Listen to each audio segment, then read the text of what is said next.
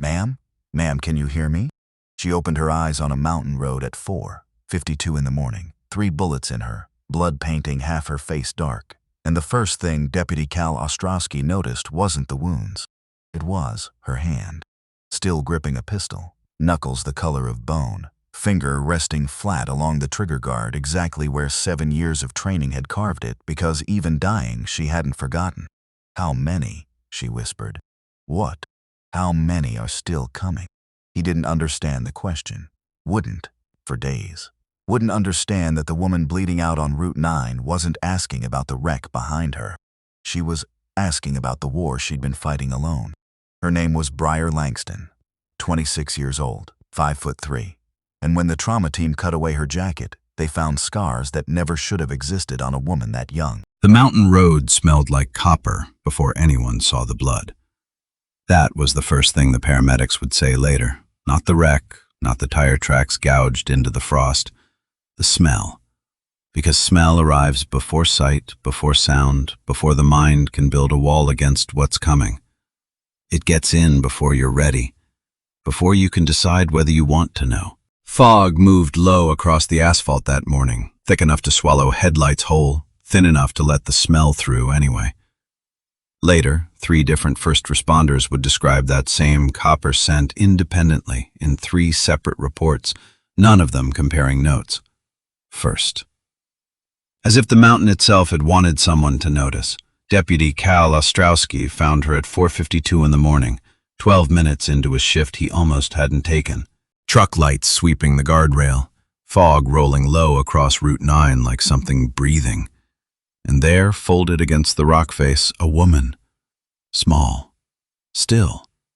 Except not still enough, because her hand was moving. He almost missed it, would have missed it if the beam hadn't caught the metal. A pistol.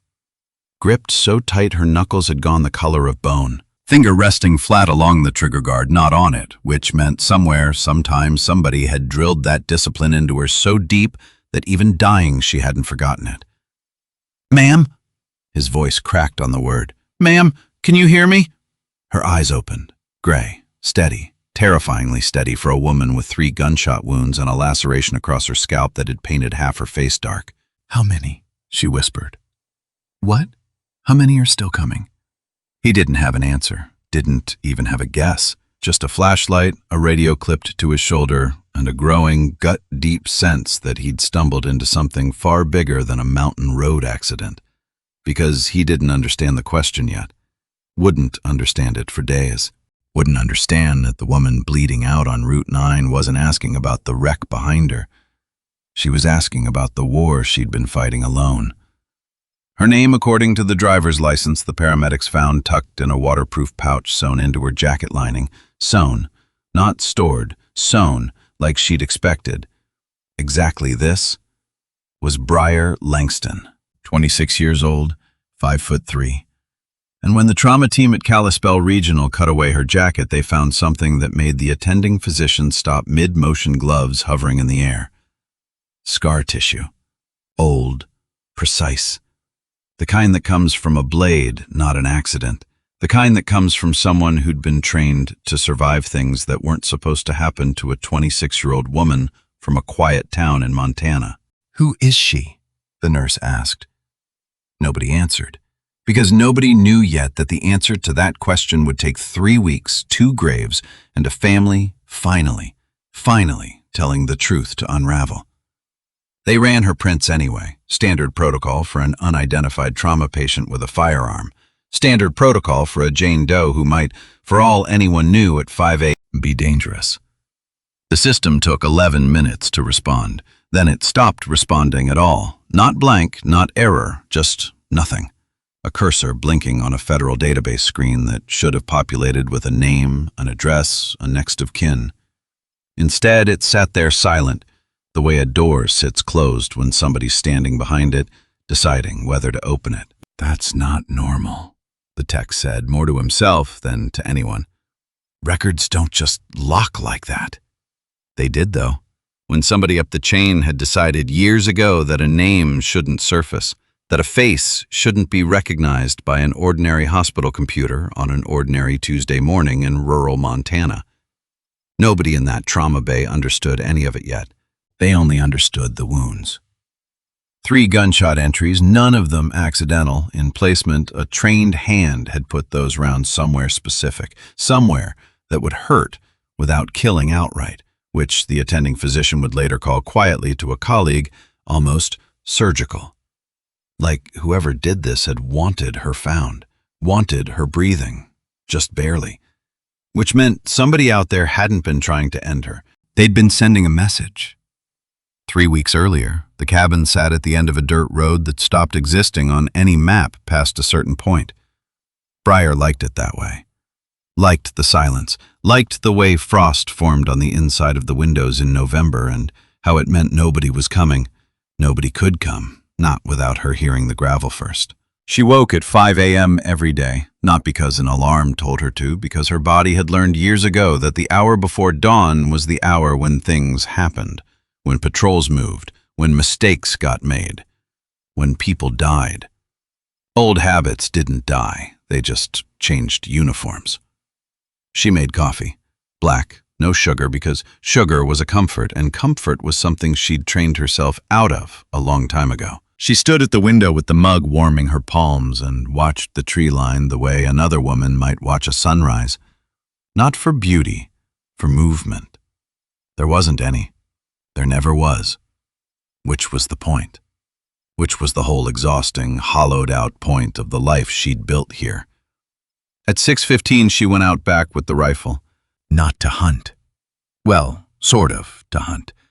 The neighbors thought she hunted, the general store thought she hunted. Everybody in the tiny town 40 minutes down the valley thought Briar Langston was just another quiet woman who kept to herself and shot elk for the freezer. They weren't entirely wrong. She set up at 400 yards, a soup can balanced on a fence post small enough that most hunters wouldn't bother trying. She adjusted for wind, adjusted for the slight downward angle of the slope, breathed in, half exhaled, squeezed between heartbeats. The can didn't just fall, it vanished, punched clean off the post like it had never been there. She didn't smile. She never smiled after a shot like that, because a smile meant satisfaction, and satisfaction meant forgetting even for a second why she needed to be that good in the first place. Precision wasn't pride out here, it was insurance. The only kind she trusted anymore. She'd been 8 years old the first time her grandfather put a rifle in her hands. Not a real one, a pellet gun, scaled down, sitting on a bench her grandfather had built specifically low enough for a small girl's shoulders.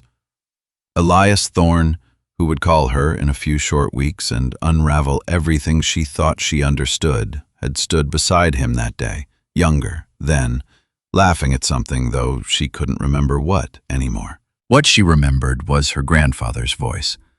Low, patient, utterly without softness, because softness, he told her once, gets people killed in the field. And love doesn't mean teaching somebody to be fragile. Love means teaching somebody to survive. She hadn't understood that as a child. She understood it now, standing in the cold with a rifle that had cost more than her truck, 400 yards from a soup can that no longer existed, 26 years old, and utterly, permanently alone in a cabin at the end of a road that stopped existing on maps. Sometimes, on the coldest mornings, she wondered what her grandfather had actually seen in her at 8 years old that made him decide a little girl needed that particular kind of love. Whether he'd already known somehow that the world was going to come looking for her one day. Whether all those quiet hours on that bench had been preparation for something specific, something he'd never once explained.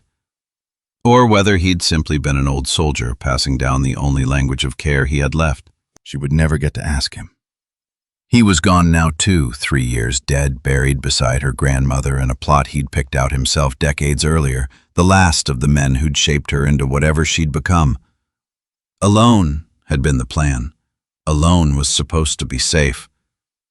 She ate breakfast standing at the counter. Eggs plain because plain was efficient, and efficient was a habit she couldn't unlearn even here, even now, even with nobody timing her, nobody grading her, nobody waiting on the other end of a radio for a status report she used to have to deliver in code.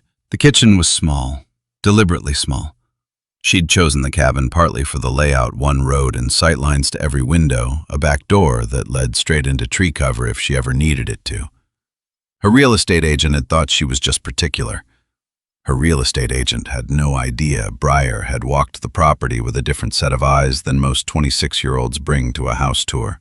Fields of fire, choke points, places a man could hide and places he couldn't. It was exhausting living like that. She knew it was exhausting. Some mornings she stood at that window and hated every version of herself that had made her this way. The girl who used to laugh easily, the girl in old photographs with her father's arm around her shoulders, both of them squinting into some forgotten summer sun. That girl hadn't checked sightlines. That girl hadn't known what a choke point was. That girl was gone, had been gone a long time. What remained was efficient, careful. Alive, technically, though some days the technicality felt like the only word that applied. Her phone buzzed on the porch rail. She almost didn't check it. She should have listened to that instinct. The number wasn't saved. Area code from 3 states away. She let it ring out. It rang again, 4 minutes later, and a third time, an hour after that, which was when Briar understood this wasn't a wrong number. This was somebody who knew exactly which number to call. She answered on the 4th attempt, said nothing, just breathed into the receiver the way she'd been trained to, giving away nothing, not even a hello.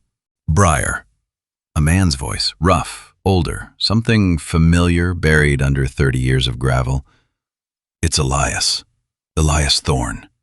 Her stomach dropped through the porch boards because that name belonged to a different life, a life with her grandfather's hands wrapped around hers, teaching her how to hold a rifle steady when she was 12 years old and barely strong enough to lift it. A life before her father died, before her mother packed 2 suitcases and drove away from everything green-colored and left something that looked like grief but acted like silence for 7 straight years.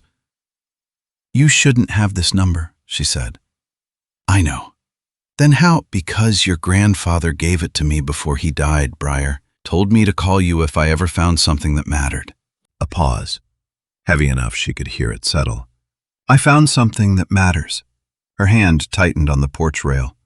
"Elias, if this is it's about your father."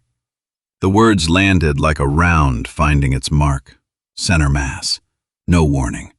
She hadn't said her father's name out loud in almost 2 years. Hadn't let herself, because saying it meant remembering the folded flag. Meant remembering the 2 men in dress uniform standing in her mother's driveway with faces built for delivering bad news faces, that had clearly done this before and would clearly do it again. Meant remembering the words on the report. Killed in action. Hostile engagement. Case closed.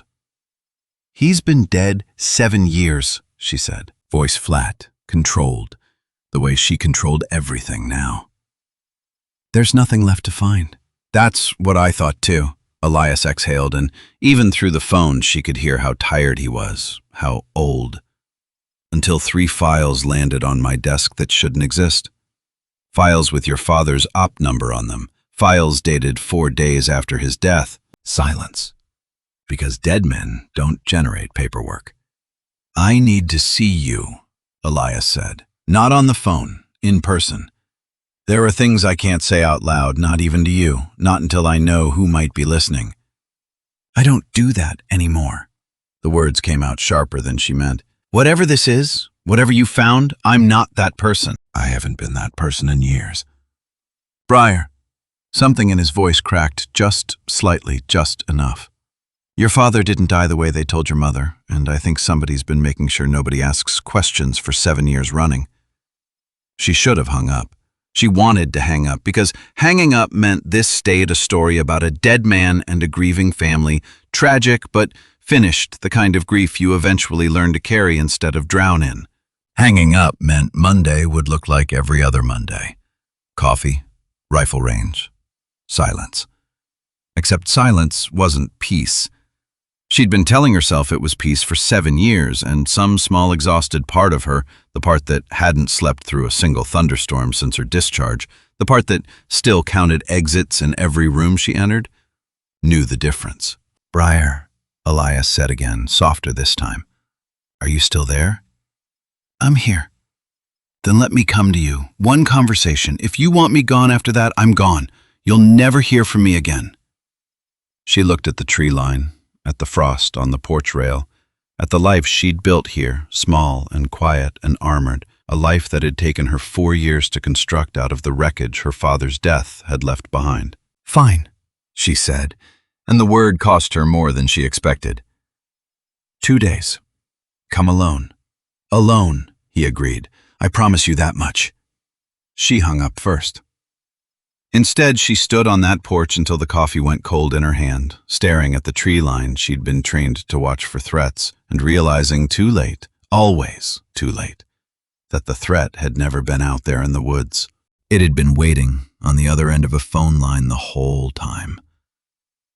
Elias Thorne arrived 2 days later, older than she remembered, grayer. He walked with a limp he was trying to hide, the kind of limp a man develops when a knee's been shot through and never quite forgives him for it. He'd served with her father. 2 tours together in a unit that didn't officially exist, doing work that officially never happened, and if there was one man alive who might actually know the truth buried under her father's death, it was him. He sat at her kitchen table, didn't touch the coffee she poured. "Where's my grandfather buried?" he asked instead, testing her, the way soldiers test each other. Some question only the real ones would answer right. Ridgeline Cemetery, Section C, next to Grandma. She didn't blink. You already know that. You were a pallbearer. Something in his shoulders loosened, just slightly, enough to trust. He slid a folder across the table. She didn't open it immediately, just looked at it. At the government stamp, half redacted across the corner. At her own hesitation, which frightened her more than the folder did because Briar Langston did not hesitate, had trained herself not to hesitate, and yet here she was. Because opening that folder meant her father's death might not have been what everyone told her. Except everyone had told her the same story for 7 years. Until now. "Just open it," Elias said quietly. She did. Photographs, coordinates, a supply manifest with numbers that didn't reconcile, and a name circled in red ink. A name that made her blood go cold and her training kick in at the exact same moment, 2 instincts colliding in her chest. Warwick Voss. "That name mean something to you?" Elias asked, watching her face.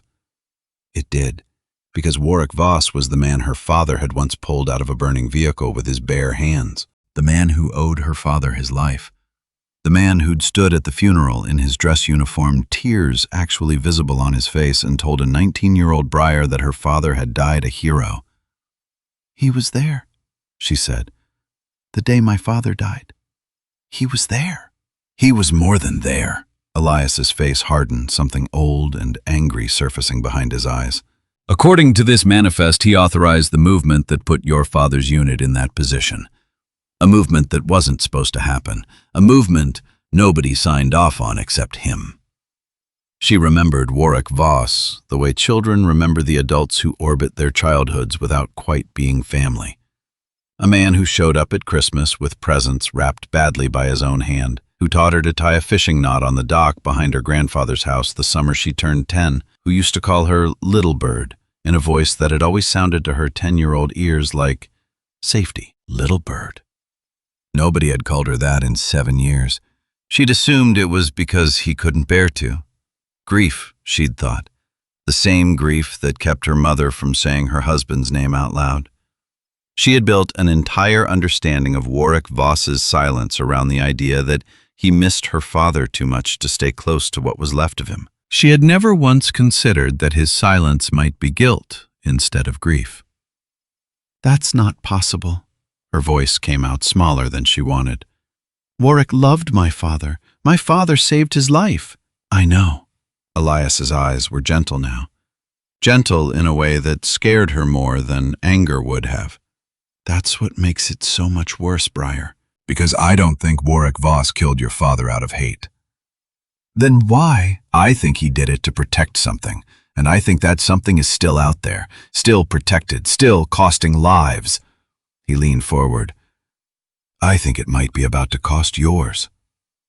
She laughed, short, humorless. "Nobody's coming for me, Elias. Nobody even knows I exist anymore." I made sure of that. That was the last true thing she'd say for a long time, because 3 nights later, at 2:14 in the morning, something moved in the tree line she'd been watching for 7 years. And this time, it wasn't a deer. She woke the way she always woke, instantly, completely. No fog between sleep and alert, a trait that had once made her the best in her unit and now just made sleep itself a rare and fragile thing at 26 years old, listening to a silence that had gone wrong somewhere. The dog next door, old man Petrosky's dog, half a mile off, had stopped barking mid-bark, which meant something had made it stop. She was out of bed before she finished the thought. Pistol from the nightstand, the same one that would later be found locked in her dying hand on Route 9. Bare feet silent on the wood floor, every light in the cabin off because light made you a target, and she'd sworn never to be a target again. And yet, here she was, 26 years old, doing the math on how many exits her own house had. 3. Front door, back door, window above the kitchen sink if she was desperate. She was not yet desperate. Movement. West side of the cabin, a shape passing low along the tree line, too controlled to be an animal, too patient to be a lost hiker at 2 in the morning in freezing Montana dark. Her heart didn't race. It never raced anymore. It just went very, very quiet, the way it had been trained to, every unnecessary thought stripped away until there was only the shape moving toward her house and the 400 ways she'd been taught to stop it. The back door handle turned, slowly, testing, locked. Her mind went somewhere strange in that half-second, not fear exactly, something colder, because she'd spent 7 years telling herself this part of her life was over, filed away. Except it hadn't gone anywhere, had it? It had just been sleeping, curled somewhere under the surface, waiting for a door handle to turn at 2 in the morning to wake it back up. Which meant Elias had been right, which meant somewhere a decision had already been made about her. Filed. Approved. Set into motion days ago, maybe longer, long before she'd ever agreed to open that folder. A pause. Then the sound of something metal, careful, precise, working the lock with the kind of patience that told her everything. This wasn't a burglar. Burglars didn't carry lockpicks calibrated for a rural deadbolt. Burglars didn't move like they'd been trained the exact same way she had. She positioned herself in the kitchen doorway, angled, ready. The lock clicked, the door opened 3 inches. And Briar Langston, 26 years old, quiet woman from a quiet mountain town, did the only thing 7 years of training had ever actually prepared her for. She fired first. The man went down in the doorway, a cry cut short, and for one frozen second the whole cabin went silent except for her own breathing, ragged now, finally ragged, because some deeply buried part of her had wanted to believe that this life was over. It wasn't over. It had only been sleeping. She didn't call the police, couldn't, not yet. Not until she understood who'd sent him and how many more were coming, because a woman like her didn't survive by trusting systems that had already failed her father once. She searched him instead, hands shaking despite everything her training told her, because there was a difference between shooting at a target and shooting at a man whose blood was now spreading across her kitchen floor. A difference nobody had ever fully prepared her for, no matter how many times they said they had. No ID, no wallet. Just a phone still warm and a single tattoo on his forearm, a symbol she recognized immediately because she'd seen it once before. On a supply manifest. Ironclad Meridian. The private contractor Warwick Voss now ran. The company whose name had been buried in Elias's folder, circled in the same red ink as the man who'd once pulled her father from a burning vehicle. She stood over him a long moment. Long enough that the cold from the open door started creeping across the floorboards, long enough that some small human part of her, the part that used to cry at movies, the part that used to believe the world was basically fair, tried to surface and ask what happens now. What happens to a woman who kills a man in her own kitchen at 2 in the morning and has to decide alone what comes next. She didn't let it surface. Couldn't afford to, not yet. Because there would be time to feel something later, maybe, if later ever came. Because right now there was a body on her floor, and the clock running somewhere she couldn't see, and the only thing standing between her and whoever had sent this man was the next 60 seconds of clear thinking. She checked the windows first.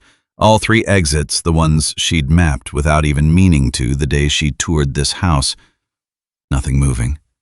No second shape in the tree line, though that meant nothing. He could have come alone.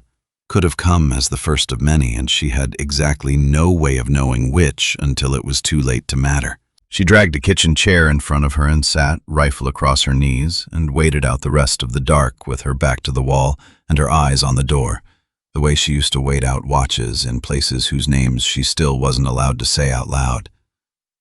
Her phone rang before she could process any of it. Elias again. "They found him," Elias said, no greeting, voice tight with something close to panic. "Briar, they know you're asking questions. You need to move, now, tonight." "Somebody already found me." Her voice was steadier than she felt. "There's a body in my kitchen, Elias." Silence on the line. Then, quiet, "Then it's already started. God help us, it's already started." "What has?" "The thing your father died to stop." His breath came ragged through the phone. "Get to the Ridge Road. There's an old hunting cabin 2 miles past the county line. My name's still on the deed. Go there. Go now. I'll meet you in 6 hours with everything I have." 6 hours. "It's the safest I can make it." She should have refused. Should have called it in, let the system handle it, let somebody official untangle whatever her father had died trying to protect. But the system was exactly what had killed him. So she packed a bag in 4 minutes, rifle case, medical kit, because long before the discharge, before the silence, before Montana Briar Langston hadn't just been trained to end lives, she'd been trained to save them too. Combat medic. Attached to a reconnaissance unit that didn't have a name anyone outside a locked room was allowed to say. The unit her father had served in. The unit that had eventually, quietly, without explanation, discharged her on medical grounds after a mission that nobody ever spoke about again. A mission where she'd made a choice that had haunted her every single day since.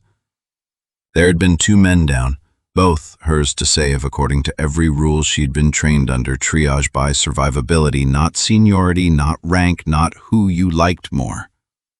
She remembered the noise most. Not the gunfire, the noise underneath it, a man screaming her name because he thought she could stop what was happening to him. And she'd had exactly 1 working set of hands and 11 seconds to decide which man got them. She'd made the right call. Every instructor who'd reviewed the incident afterward had told her that over and over in rooms with fluorescent lighting and careful clinical voices.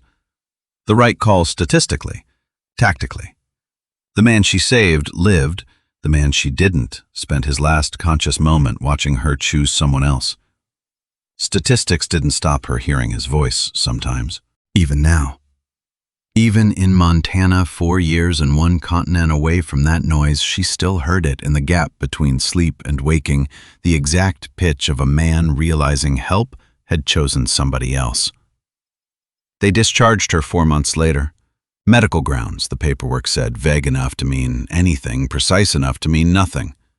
Nobody explained further. Nobody had to. She understood, even if she never said it aloud to anyone, including herself, that the Army hadn't discharged her body. They'd discharged whatever was left of her nerve. That had been 4 years ago now. 4 years of Montana winters, 4 years of soup cans and silence, 4 years of building a life quiet enough that nobody would ever think to ask what she used to carry. She drove the back roads, no headlights until she cleared the valley, running dark the way she'd been trained, muscle memory taking over where conscious thought had abandoned her hours ago. The mountains rose black against a sky just beginning to gray at the edges, and somewhere in that gray, she thought about her mother. Adele Langston hadn't spoken to Briar in almost 2 years. Not since Briar had shown up at Thanksgiving in long sleeves and October weather, not since her mother had looked at the way she flinched at a dropped pan and understood in the way mothers understand things they desperately don't want to, that her daughter had brought the war home with her, even after leaving the war behind. Because Adele had done the same thing once, a lifetime ago, before Briar was born, before she'd traded a nursing corps uniform for a house dress and a promise to her own mother that she'd never let her children anywhere near a battlefield. A promise Briar's father had broken the moment he raised his daughter's hands around a rifle stock. A promise Briar had broken the moment she enlisted anyway, chasing a version of her father she could never quite catch up to. She remembered the fight, the real one, not the small tense silences that had built for years before it, but the one actual explosion 3 days before Briar shipped out for the first time. Her mother, standing in the kitchen doorway with a dish towel twisted so tight in her hands it looked like she meant to strangle something. "You think this makes you closer to him?" Adele had said. Not a question, an accusation worn smooth from being turned over in her mind for months.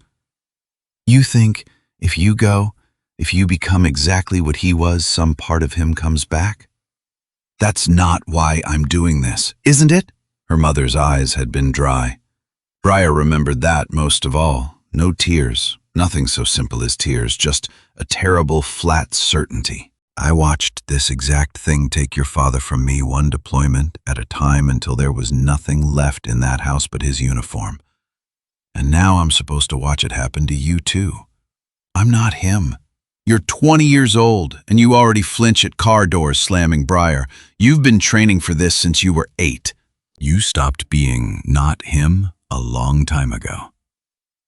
They hadn't spoken again until the funeral, and even then barely. Two women standing on either side of a flag-draped coffin close enough to touch, separated by something neither of them had the language to cross. 7 years now. 7 years of birthday cards signed only with a name, no message. 7 years of a silence Briar had told herself she'd chosen, when the truth she was only now in the dark of a stolen truck cab finally admitting was that she'd been too afraid to be the one who reached first. Afraid her mother would say no. Afraid, somewhere even deeper, that her mother would say yes, and then Briar would have to explain what she'd become, what the training had cost her, what she carried home from a mission nobody was allowed to name. The road narrowed. She checked the mirror, checked it again, because habit didn't care that it was 3 a.m. and her hands were shaking and there was a dead man's blood drying under her fingernails. Habit only cared about staying alive long enough to find out why. Which was almost funny, in the terrible way things get funny at 3 in the morning after you've killed a man. Because she'd spent 7 years building a life specifically designed to never need this kind of habit again. Small house, small town, small, quiet, unremarkable existence engineered down to the doorknob so that nobody would ever look twice at Briar Langston and wonder what she used to be. And none of it had mattered. Not the isolation, not the years, not the careful, deliberate ordinariness she'd wrapped around herself like a second skin. Somebody had found her anyway, which meant somebody had been looking the whole time. Which meant every quiet morning, every soup can on a fence post, every cup of black coffee on that porch had been borrowed time she didn't know she was spending. The gray light kept climbing over the ridgeline as she drove, indifferent to all of it, the way mountains always are indifferent to the small, urgent catastrophes of the people living beneath them. She envied that indifference, wanted for one absurd second to trade places with the granite and the pine and the cold, uncomplicated snow. Instead, she kept driving, because that was the only thing left to do. The hunting cabin sat exactly where Elias promised, tucked into a stand of pines that blocked it from the road. She parked a quarter-mile out and walked the rest, rifle across her back, every sense stretched thin and singing. Elias wasn't there yet. She let herself in through a window, cleared each room the way she'd been trained, muscle memory doing the work her exhausted mind couldn't keep pace with, and only when she was sure, completely sure, did she finally let herself sit. And that was when it hit her. All of it, at once, the way it always did eventually, no matter how well she'd built the walls to keep it out. Her father's face in the last photo she had of him, laughing at something just out of frame. The folded flag, The years of silence with her mother, the blood on her kitchen floor, tonight a man dead by her hand in her own home, a man who'd been sent by someone, by something, by a name circled in red ink that used to visit her at Christmas and call himself Uncle Warwick. She put her head in her hands. Because 7 years of discipline could hold back almost anything, except this. She didn't cry long. She wouldn't let herself. But for 90 seconds alone in a stranger's cabin with a dead man's blood still under her nails, Briar Langston let herself be 26 years old and terrified, instead of 26 years old and lethal. Then she wiped her face, checked her rifle, and waited. Elias arrived at dawn exactly 6 hours later, exactly as promised, and the relief she felt at the sound of his truck on the gravel scared her almost as much as the gunshot had. He looked older than 2 days ago, which shouldn't have been possible, and yet, "We need to move fast," he said before he was even fully through the door. "I made calls after I talked to you. Careful ones. And what I found..." He stopped, swallowed. "Briar, it's not just your father. Voss has been doing this for years, cleaning up loose ends from an operation that should have ended a decade ago. People who ask the wrong questions have a habit of disappearing. So why haven't I disappeared? Because you're not a loose end." His eyes met hers, calm and unflinching.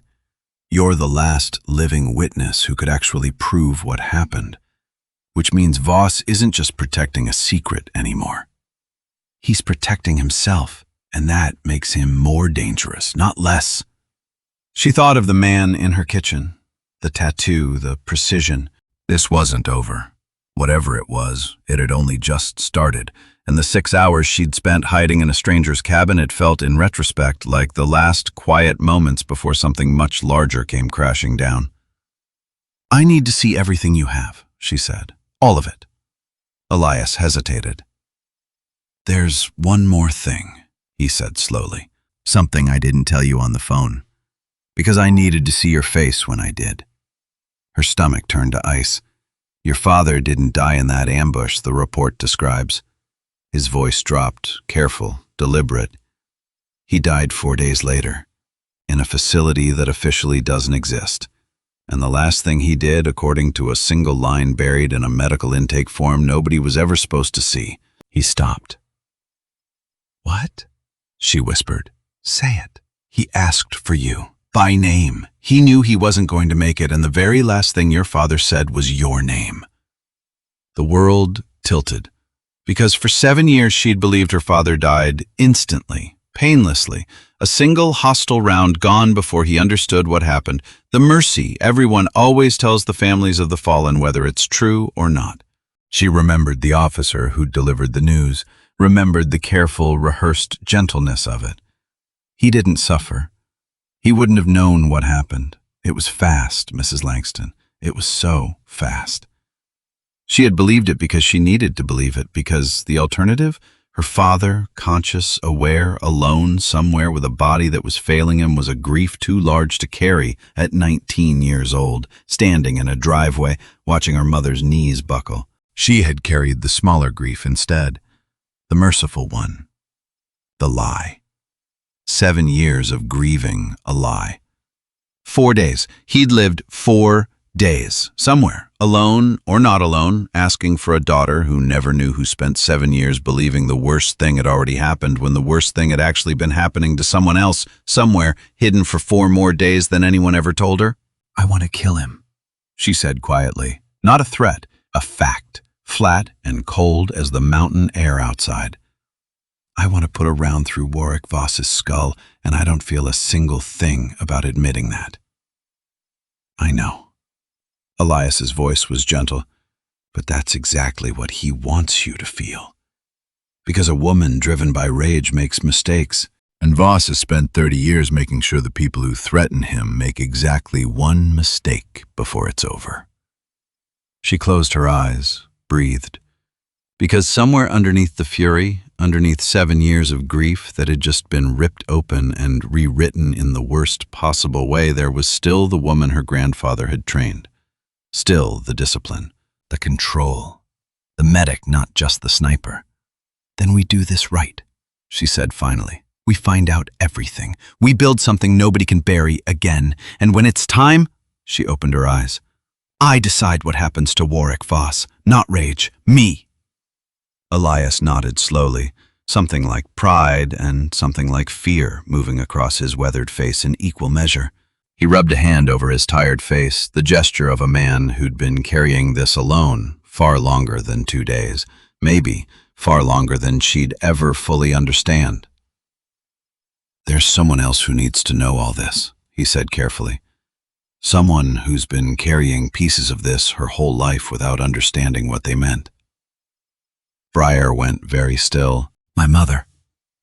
She was there, Briar, the night your father was brought to that facility, before you were born, before any of this. She served in the same theater as a combat nurse. I think that's why she left everything the moment your father died.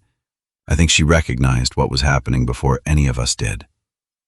26 years of thinking she understood her own family, and in the space of one conversation, all of it had come apart in her hands. We need her, Elias said quietly. Whatever's coming next, we need her more than we need anyone else alive. Briar thought of her mother's face at that last Thanksgiving, the silence that had sat between them for 2 years like a wall neither one knew how to climb. She thought about the man dying in her kitchen 12 hours ago. She thought about her father asking for her by name 4 days after everyone told her he was already gone. Then I need to go home, Briar said. One more time. Elias studied her for a long moment. The kind of look a man gives someone he's known since she was small enough to sit on his shoulders back when the world was simpler, and the worst thing either of them worried about was whether the fish would bite. Your mother's going to ask you things, he said quietly. Things about what happened to you over there, things you've never told anyone. I know. Are you ready for that? Briar looked out the cabin window toward the mountains rising gray and enormous against a sky just beginning to blue. Somewhere out there, 40 minutes down a valley road, was a house with a kitchen full of a dead man's blood that she still hadn't found a way to explain to herself, let alone to the mother she hadn't spoken to properly in 2 years. No, she admitted, but I'm going anyway. They left the hunting cabin separately, 20 minutes apart. The way Elias insisted was safer, though safer felt like a strange word to use about anything now. Briar drove the long way around, doubling back twice to check for tails. Every mile, another small test of nerves that had already been tested past their limit in the last 12 hours. Her phone buzzed once on the passenger seat. A text from a number she didn't recognize, 3 words long, no signature. We know now. She stared at it at a stoplight in the nearest town, engine idling, heart doing something it hadn't done in years. Not the trained, controlled quiet of combat readiness, but something closer to plain human fear, the kind she'd spent 7 years training herself out of feeling. Because those 3 words could mean anything. Could mean Elias's careful calls had already been noticed. Could mean the man in her kitchen hadn't been working alone, and somewhere, someone was recalculating, adjusting, deciding what came next for a 26-year-old woman who was supposed to have stayed quiet forever. She deleted the message, turned the phone off entirely the way she'd been trained to during compromised communications, and drove the rest of the way to her mother's house with both hands steady on the wheel and her mind anything but. The porch light was on when she pulled into the driveway, the same porch light that had burned every night for 7 years, her mother's small, stubborn signal that the door was never fully closed, no matter how long the silence between them stretched.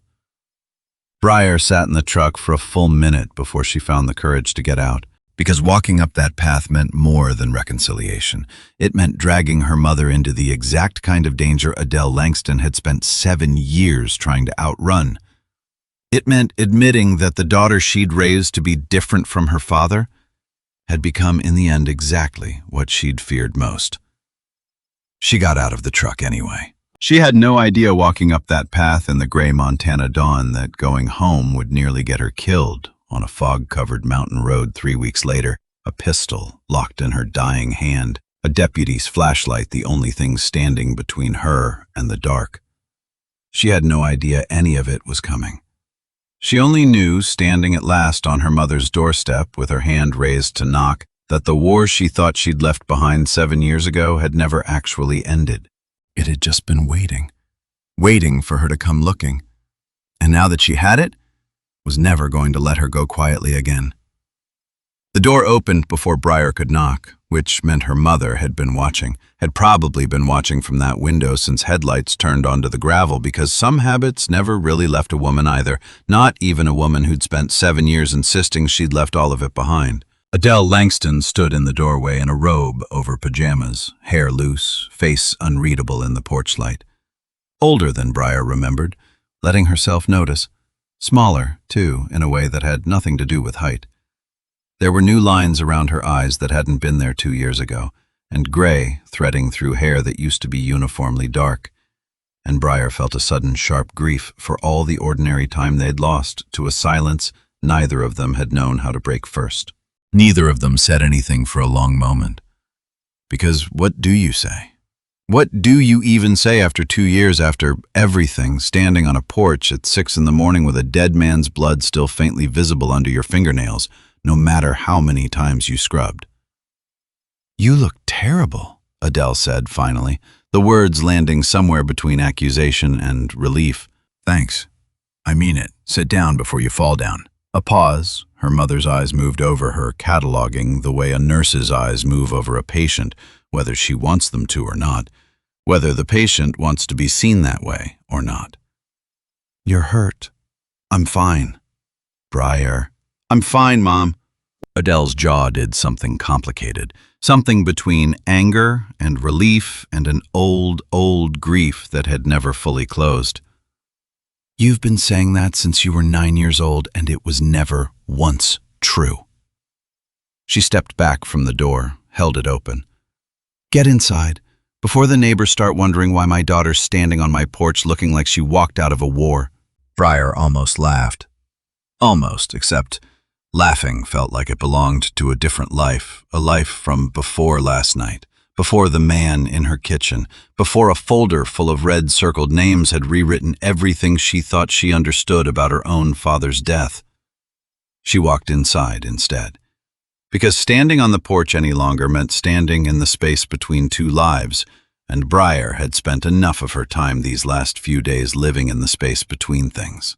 She needed, finally, to choose one side of the doorway and step all the way through it. The kitchen hadn't changed.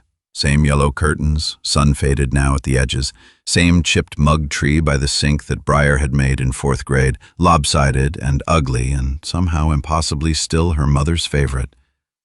Time had frozen in this house, the way it freezes in places people are afraid to disturb. Adele put the kettle on without asking. Old habit, the kind that survives even estrangement, even years of silence, because some rituals are older than the arguments that break families apart. Older even than the grief that follows them. "Elias called me an hour ago," she said back, turned, voice carefully flat, hands busy with the kettle so she wouldn't have to look at her daughter's face while she said it. "Before you ask how I already know some of this." Briar's stomach dropped. "You knew he was going to tell me. I told him he had to."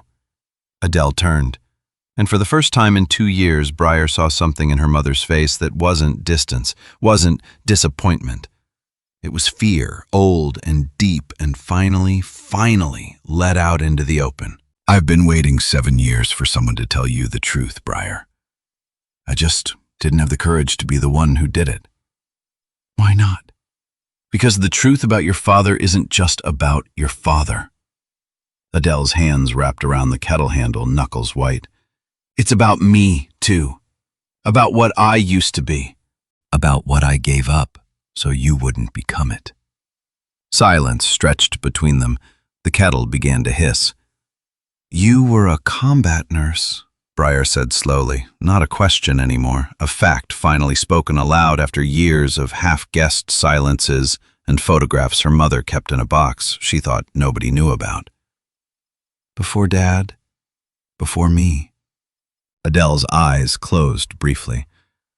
"2 tours, she said. "I was 24 the first time I held a soldier's hand while he died." Briar and I promised myself right there in that tent that I would never let my own children get close enough to that kind of dying to understand what it costs. And then you married a soldier. I fell in love with a soldier. Her voice cracked just slightly, just enough.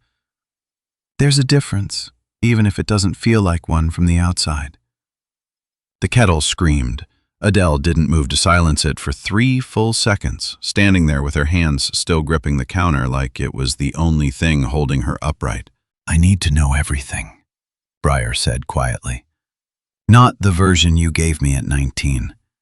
The real one, this time, whatever it costs to hear it. Her mother finally turned off the burner, poured 2 cups with hands that were shaking just slightly, just enough for Briar to notice because she'd spent years learning to notice exactly that kind of small, telling tremor in other people. Sit down, Adele said. This is going to take a while, longer than 1 cup of coffee, probably longer than the whole pot. You should get comfortable. She started at the beginning, the real beginning, decades further back than Briar had ever thought to ask. How she'd met Gideon Langston in a field hospital that officially didn't exist, patching a wound he shouldn't have survived. Both of them, 23 years old, and certain, the way only the young are ever certain, that nothing bad could touch them if they loved hard enough. It was a full year later, deep into her second tour, that she held a dying soldier's hand for the first time and understood exactly how wrong that certainty had been. She'd been 24 by then. Gideon had shipped home months earlier, and she remembered writing him a letter that night she never actually sent, 3 pages of things she didn't yet have the words to say out loud. How Gideon had come home changed.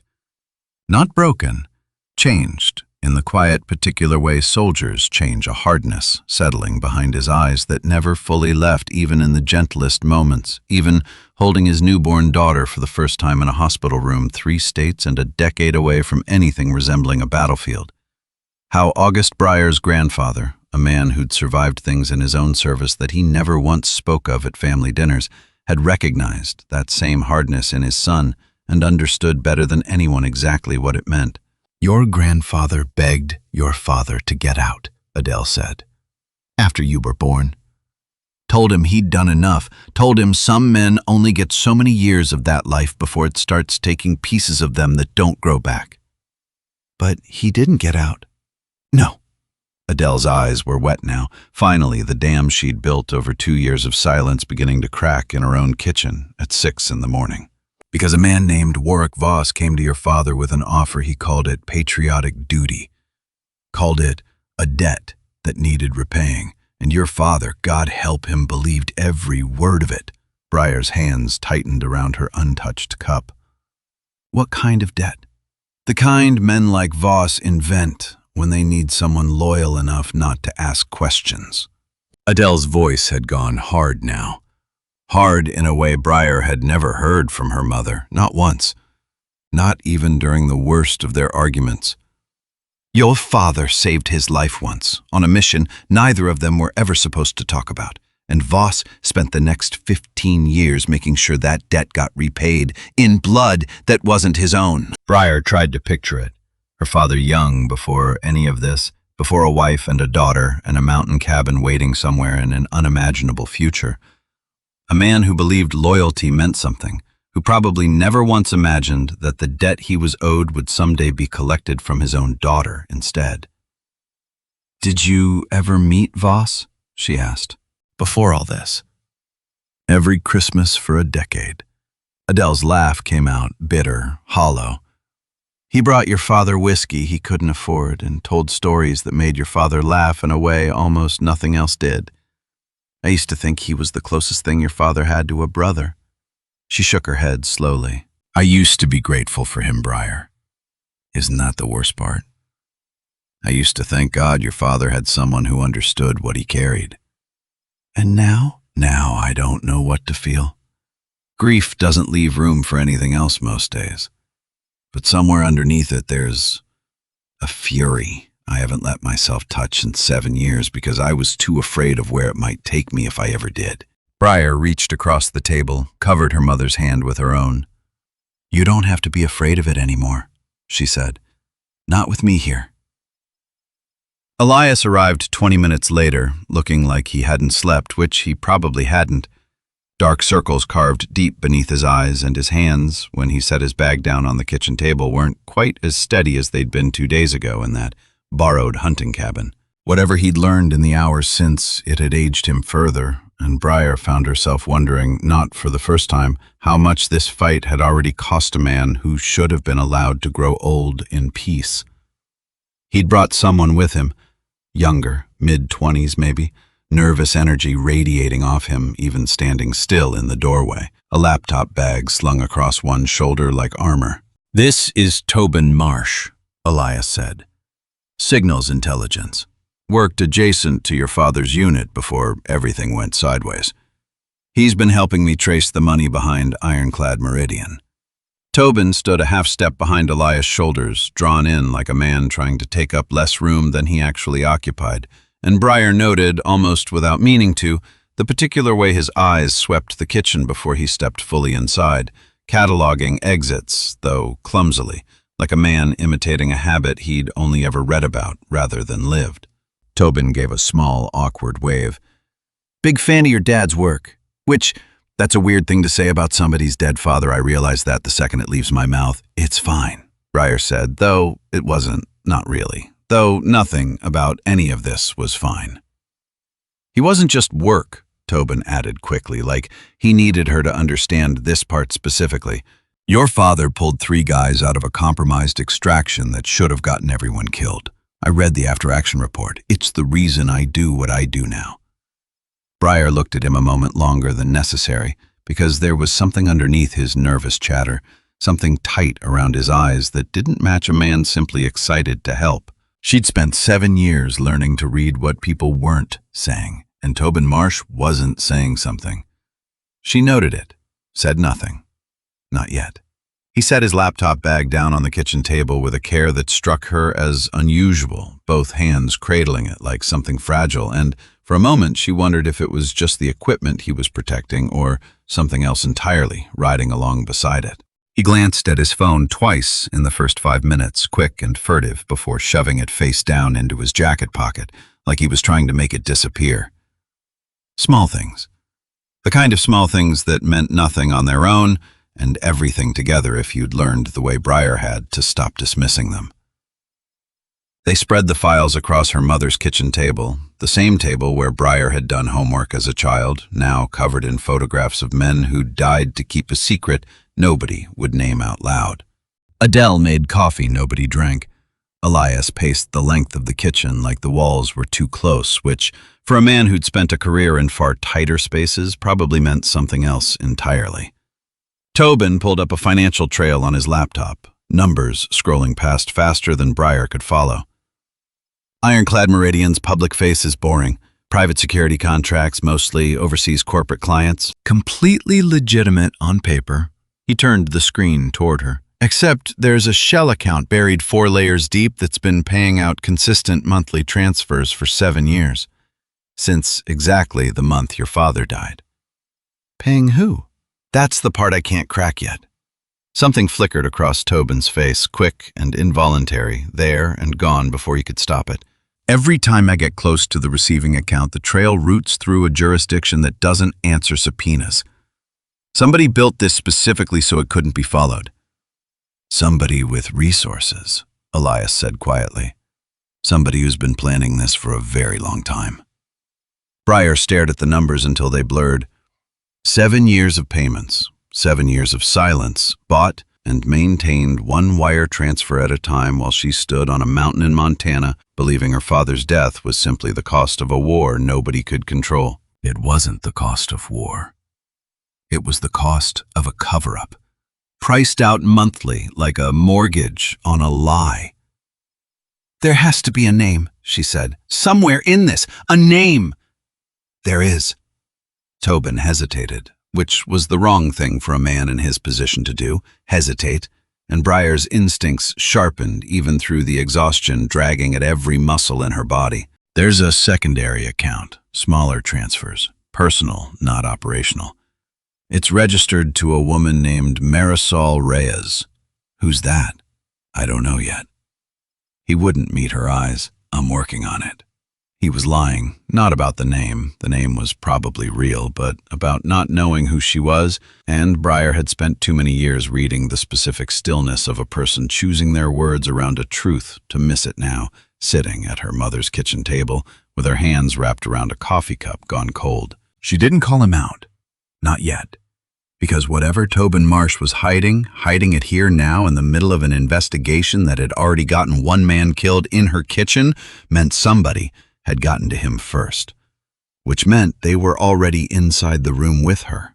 Which meant trusting anyone right now might be the single most dangerous decision she made in this entire fight. She watched him a moment longer. Watched the way his fingers hovered over the keyboard without typing, the way his eyes flicked toward the front door every few minutes, like he was counting exits the same way she counted them, except his counting looked like escape planning instead of habit. She'd seen that look before, in debrief rooms, in hospital hallways, on the faces of men who'd been given an impossible choice and hadn't found a way out of it yet. She almost asked him right there, almost said his name and watched what happened to his face when she did.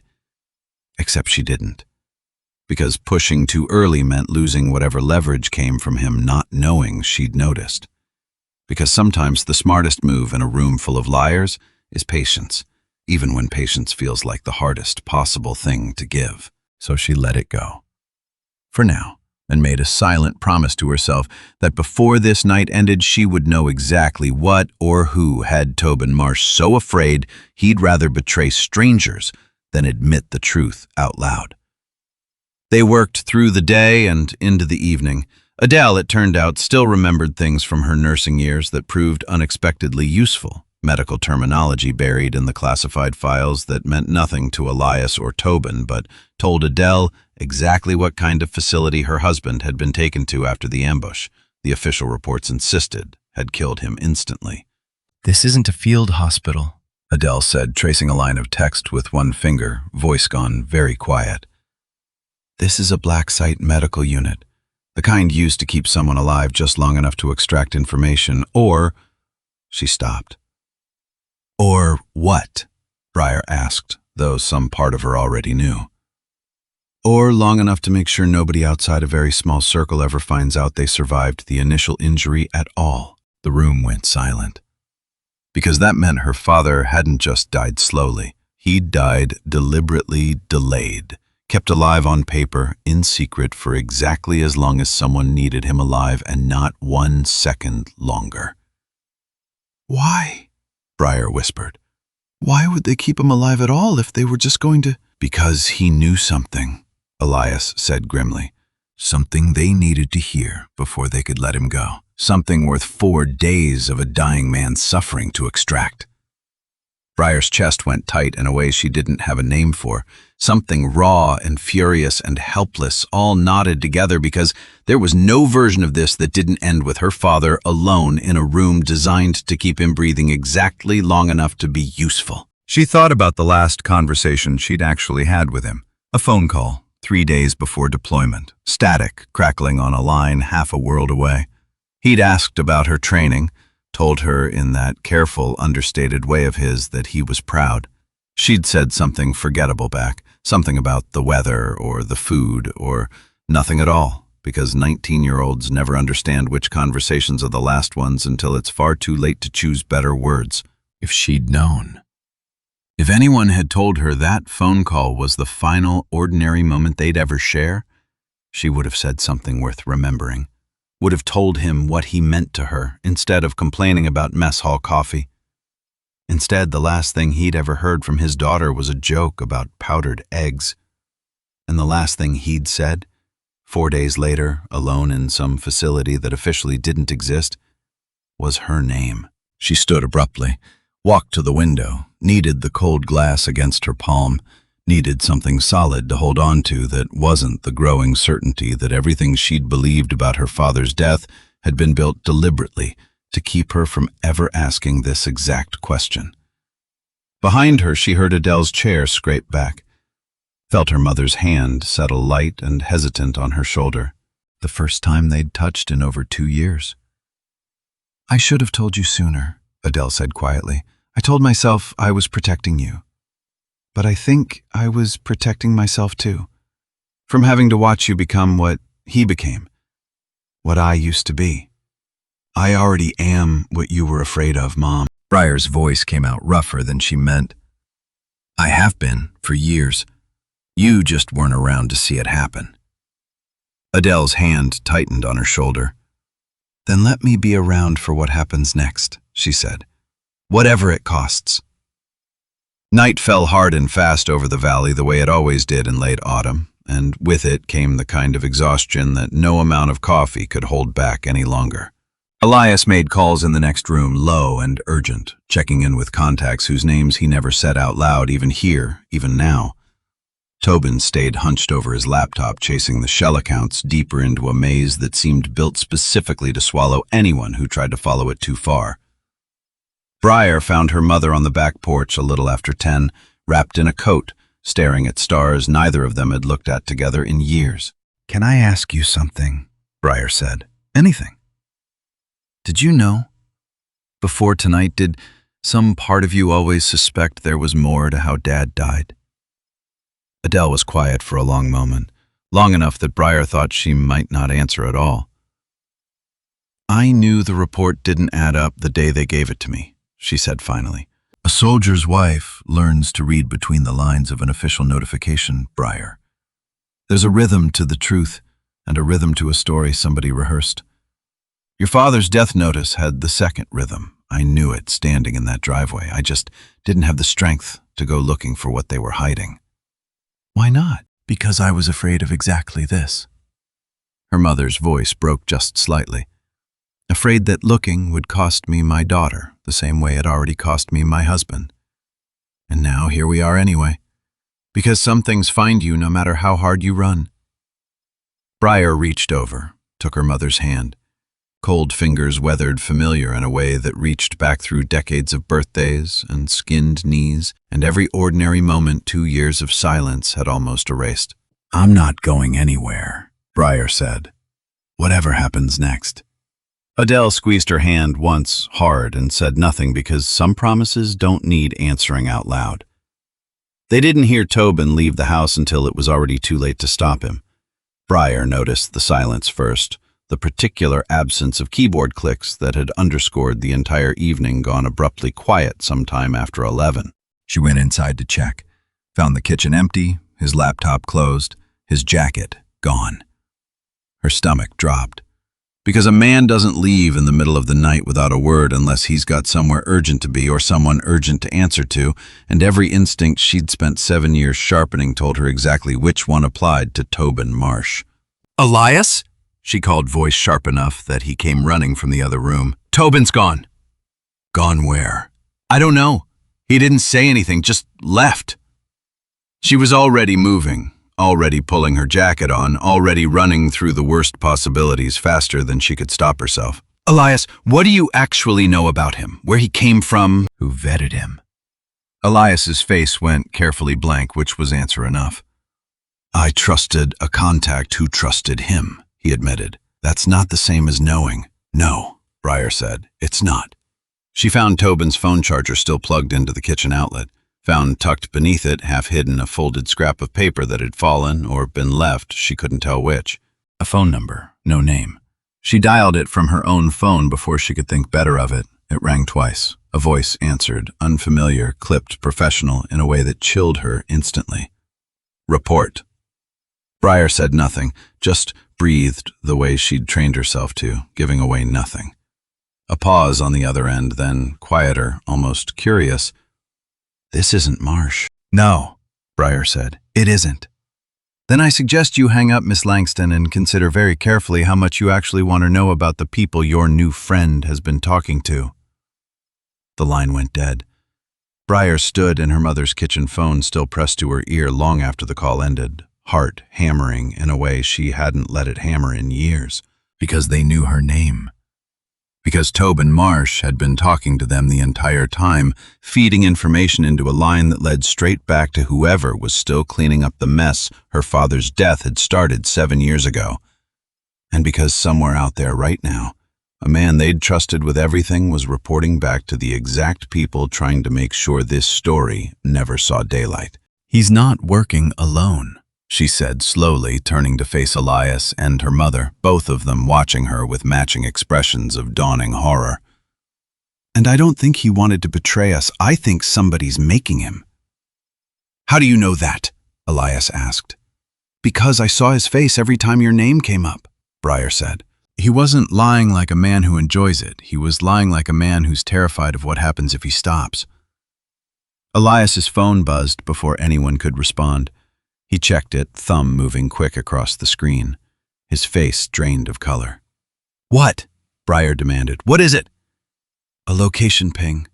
From the tracker I put in Tobin's laptop bag in case exactly this happened." He looked up, jaw tight, eyes hard, with a fear he wasn't bothering to hide anymore. "He's not running from us, Briar. He's driving straight toward the old logging road past the county line, and he's not slowing down." "That's 20 minutes from here." "It's also," Elias said quietly, "less than a mile from Warwick Voss's private residence." The three of them stood frozen for one long, terrible second. Because if Tobin was heading there voluntarily, willingly, it meant Voss already had enough leverage to summon him at 11 o'clock at night without hesitation. And if Voss had that kind of leverage over a stranger they'd met only days ago, Briar understood with a cold certainty settling deep in her chest that whatever Voss was protecting, he wasn't protecting it alone anymore. He was protecting it with everything he had left. "We need to move," she said. "Now!" Adele was already reaching for her coat. "I'm coming." "Mom!" "I said I'm coming, Briar." Her mother's eyes had gone calm and unshaken, calmer than Briar had seen them in years, the old nurse's composure settling over her like a second uniform, finally being put back on after a very long time in storage. "You're not doing this without me. Not this time. Not again." Elias grabbed his keys. "Then we move fast and we move smart. No heroics. We find out what Voss wants with that boy and we get out before anyone else ends up in a hospital bed." Briar checked the pistol at her hip, the same steady weight that had carried her through 7 years and a lifetime of choices she still hadn't fully made peace with. "No promises," she said quietly, and followed her mother out into the dark. The logging road wound higher into the mountains than Briar expected, gravel giving way to packed dirt, headlights cutting a narrow tunnel through trees that pressed close on either side like something holding its breath.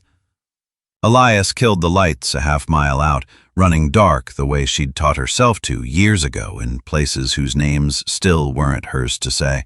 Nobody spoke. The truck cab filled instead with the sound of tires on frozen dirt and Adele's careful, controlled breathing from the back seat. The kind of breathing Briar recognized from every hospital waiting room she'd ever sat in. A woman, bracing herself for whatever came through the door next. Briar checked her weapon without looking down at it, fingers moving through a ritual so old it no longer required thought. Safety, magazine, chamber. Small mechanical certainties in a night that had none left to offer. "You don't have to come in with us," she told her mother quietly. "You could wait in the truck." "I already told you no." Adele's voice in the dark carried none of the fragility Briar had grown used to hearing across 2 years of careful, distant phone calls. "I spent 7 years waiting somewhere safe while everyone else decided what I was allowed to know. I'm not doing that again tonight." Briar looked at her a moment, really looked. Saw maybe for the first time since she was a child the woman her mother had been before grief folded her into someone smaller. Someone who used to hold dying strangers' hands in tents that smelled like antiseptic and fear and had somehow, impossibly, found the courage to walk back into exactly that kind of danger one more time. "Okay," Briar said. "Stay close to Elias. Do exactly what he says when he says it." "I raised you," Adele said, the ghost of something almost like humor cracking through the tension. "I think I can follow one man's directions in an emergency." They found Tobin's car first, empty, driver's door hanging open, and past it, through a gap in the trees, lights burning in a house that looked far too modest to belong to a man who'd spent 7 years buying silence, one wire transfer at a time. Voices carried faintly on the cold air, one of them low and pleading, unmistakably Tobin's. The other voice, older, calm, in a way that made Briar's skin crawl, was a voice she hadn't heard in 7 years, but would have recognized anywhere. Little Bird. She'd once believed those 2 words meant safety, standing in the tree line with her mother's hand gripping her arm and her own pulse roaring in her ears. Briar understood with a clarity that felt like the floor dropping away beneath her that she was about to walk directly into the heart of everything her father had died trying to protect her from. And there was no version of tonight that ended without someone paying the price for it. They moved closer through the trees, slow, deliberate.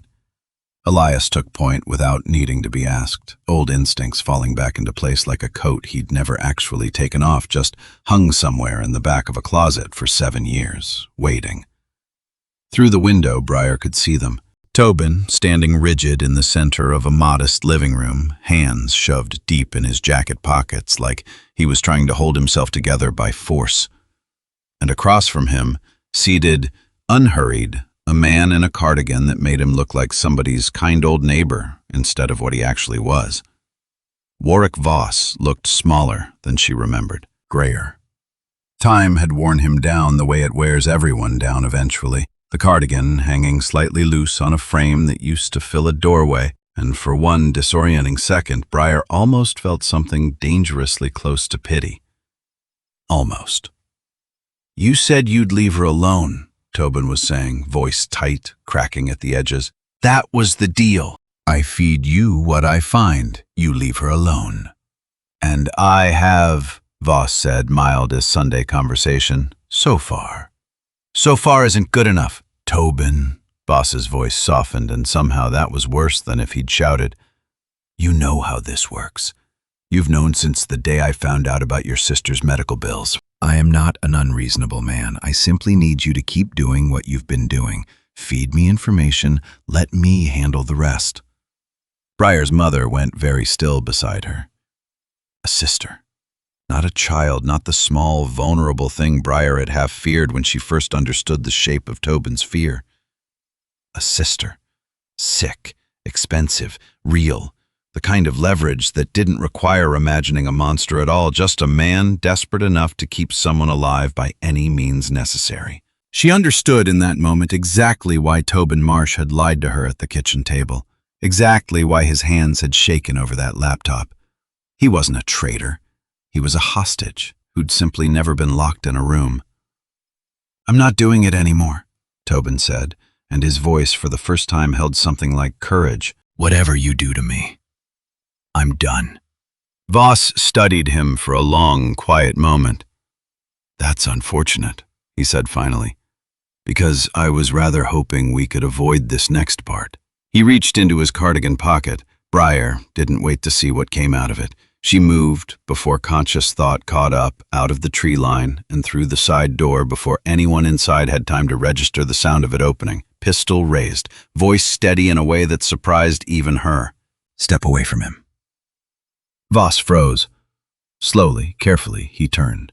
And when he saw her, really saw her standing in his doorway with a weapon trained on the center of his chest, something moved across his face that Briar hadn't expected. Not fear. Grief.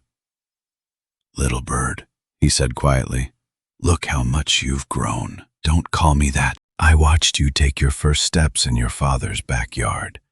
His hand, the one that had been reaching into his pocket, opened slowly, revealing nothing more dangerous than a folded handkerchief, and something in Briar's chest twisted painfully at how close she'd come to making an irreversible mistake over a piece of cloth. "I held you the day you were born, Briar. I know you don't believe that means anything anymore. But it did once. It still does to me, even now." "You killed my father!" The words hung in the air between them, finally spoken aloud after 7 years of half-truths and careful silences, and Briar watched Warwick Voss's face crumple in a way she'd never once imagined possible.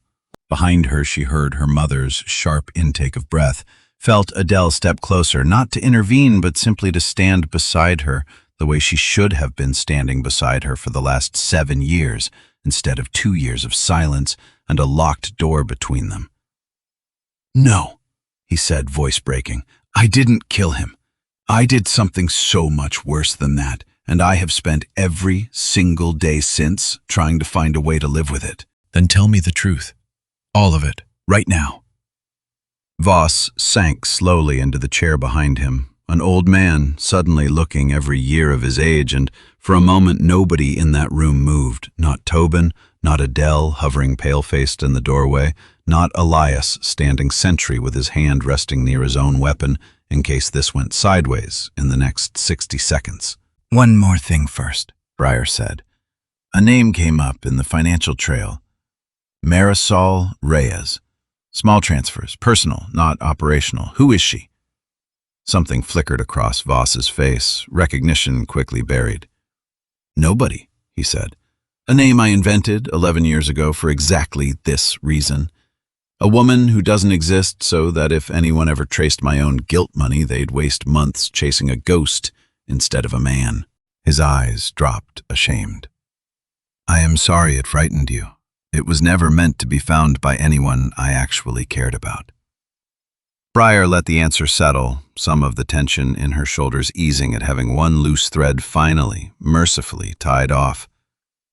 Your father found something he wasn't supposed to find, Voss said finally. A weapons diversion program running through our supply chains, funneling equipment to people who should never have had access to it. He came to me because he trusted me, because I was his commanding officer and because I owed him my life twice over by then. And instead of helping him, I panicked.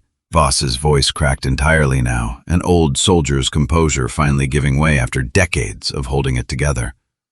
The people running that program weren't some rogue faction, Briar. They went higher than either of us understood at the time. And when your father refused to stay quiet, I made a choice I have hated myself for every day since. What choice? I told them where he'd be. The words came out flat, hollowed of everything except naked shame. I didn't know they'd hurt him. I swear to you, I didn't know. I thought, God help me, I thought they'd just talk to him, convince him. I never imagined. He stopped, couldn't finish. He lived 4 days, Briar said, voice shaking now despite everything, despite years of training that had never once prepared her for a moment like this one. 4 days, alone, in some facility, and the last thing he did was ask for me. Did you know that when you decided keeping your secret was worth more than his life? Voss's face, when he finally looked up at her, was wet with tears. He made no effort to hide. I have known that every single day for 7 years, he said. And there has not been one morning since when I haven't wished it had been me instead. The room went silent except for the low hum of a space heater somewhere in the corner and Tobin's ragged, uneven breathing. Then why, Briar said, did you send a man to kill me? Voss's head snapped up, genuine confusion cutting through the grief. What? 3 nights ago. A man broke into my home, trained professional. He had an ironclad meridian tattoo on his forearm. Her hand tightened on the pistol, still raised, still steady, despite everything crumbling inside her. Don't tell me that wasn't you. It wasn't. Voss's voice had gone sharp, now urgent, all traces of grief hardening into something closer to fear. Briar, I swear on your father's memory I have spent 7 years trying to bury this, not reignite it. If someone came for you, it wasn't on my order. Then whose order was it? Voss was quiet for a long moment. When he spoke again, his voice had dropped to something barely above a whisper. There's someone above me in this, he said. Someone I've been protecting for reasons that have nothing to do with your father and everything to do with a debt of my own. Someone who would have far more reason than I do to want this conversation to never happen. A name, Briar said. I need a name. Voss looked at her for a long, agonized moment, and something in his expression told her before he even spoke that whatever came next was going to change everything she thought she understood about this entire 7-year nightmare. Not yet, he said quietly. Not until I know I can protect you when I say it. Because the moment that name leaves my mouth, Briar, neither of us is safe. Not you, not me, not anyone standing in this room. Outside, faint but unmistakable, an engine turned over somewhere down the logging road. Elias's head snapped toward the window. Company. How many? Briar asked, already moving, already pulling her mother back from the window, every instinct sharpening into the cold, familiar focus she'd spent years both cultivating and resenting. I can't tell yet. Elias's hand found his weapon, but it's not a car that belongs out here at midnight, and it's coming in fast. Voss rose from his chair, moving with sudden urgency despite his age, despite the tears still drying on his face. You need to go. Now, all of you. If they've found this location, it means someone already suspected I might talk. Voss. There's a service road behind the house. He was already moving toward a back hallway, gesturing them forward with a desperation that finally looked like the fear of a genuinely hunted man rather than a predator's calm. It'll take you down to the highway. Go. I'll hold them as long as I can. Why would you do that? Briar asked. Why help me now? Voss paused at the hallway threshold, looking back at her with an expression that carried the weight of 7 unbearable years. Because I owe your father a debt I can never fully repay, he said, and this is the only currency I have left. They ran. Through the back hallway, out into the freezing dark, Tobin stumbling alongside them with his sister's face probably burned into his mind, Adele's hand gripping Briar's sleeve with a strength that belied every year of the silence between them. Behind them, headlights swept across the trees, closer now, and somewhere in the house they'd just left, Warwick Voss's voice rose in a tone Briar had never heard from him before. Command. Absolute and unshakable. Buying them time with the only thing he had left to give. They reached the service road as the first gunshot cracked through the night behind them, and Briar didn't look back, couldn't afford to look back.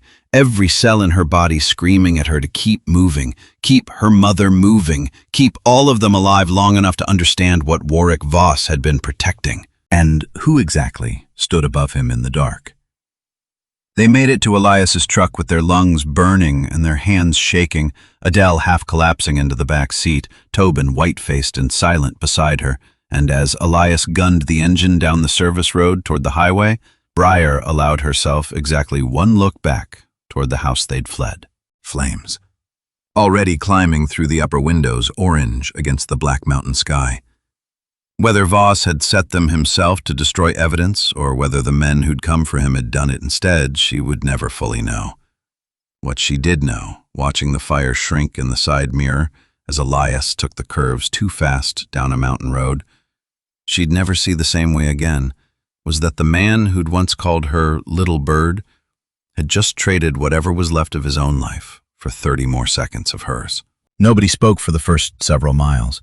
Adele had one hand pressed flat against her own chest, breathing in careful, measured counts, the way Briar remembered her doing decades ago when a thunderstorm rattled the windows and a small girl needed calming. Tobin stared out the window at nothing, his sister's face probably still burning behind his eyes, the weight of what his silence had almost cost finally settling into his shoulders. Briar reached over without thinking and squeezed his arm once, briefly. Not forgiveness, exactly. Not yet. But something close enough to it that he turned to look at her eyes, red-rimmed, and gave a single grateful nod. I should have told you sooner, he said quietly. About my sister, about all of it. You were protecting someone you love, Briar said. I understand that better than almost anyone alive. He didn't answer, just nodded again and looked back out at the dark trees rushing past, and somewhere in that silence, Briar felt something shift between them that hadn't been there before. Not quite trust, but the beginning of it, fragile and new, the way trust always has to begin somewhere after it's been broken. And somewhere above him, in a chain of command none of them had yet fully traced, someone else was still out there, still protecting the same secret that had already cost her father everything. Still, she understood, with a cold and settling certainty coming for her next. The truck hit 60 on a road built for 30, gravel screaming beneath the tires, and nobody spoke because there wasn't anything left to say that wouldn't just be fear wearing the shape of words. Behind them, the fire kept climbing. Ahead of them, the mountain road narrowed toward the county line, toward the highway, toward whatever came next in a night that had already taken more than any of them had been prepared to give. Briar kept her eyes on the side mirror, watching the orange glow shrink behind the trees, some small and exhausted part of her still trying to process everything Voss had confessed inside that burning house. A name withheld, a debt admitted, a grief so old it had curdled into something almost unrecognizable as grief at all. She didn't get long to process any of it, which was when the second vehicle appeared. No headlights, just a shape, sudden and enormous, pulling out from a logging turnout Briar hadn't even registered passing 30 seconds earlier. Elias swore, wrenched the wheel, and the truck fishtailed hard enough that Adele cried out in the back seat, one hand slamming flat against the door to brace herself. "Down!" Briar shouted. "Everyone down!" The first shot came before she finished the word. It punched through the rear window in a spray of glass, and for one suspended, silent second, everything moved in the strange slow motion that only exists in the worst moments of a person's life. Tobin's scream, her mother's hand reaching for her across the seat. Elias fighting the wheel with blood already darkening his sleeve from a graze he wouldn't even mention until an hour later.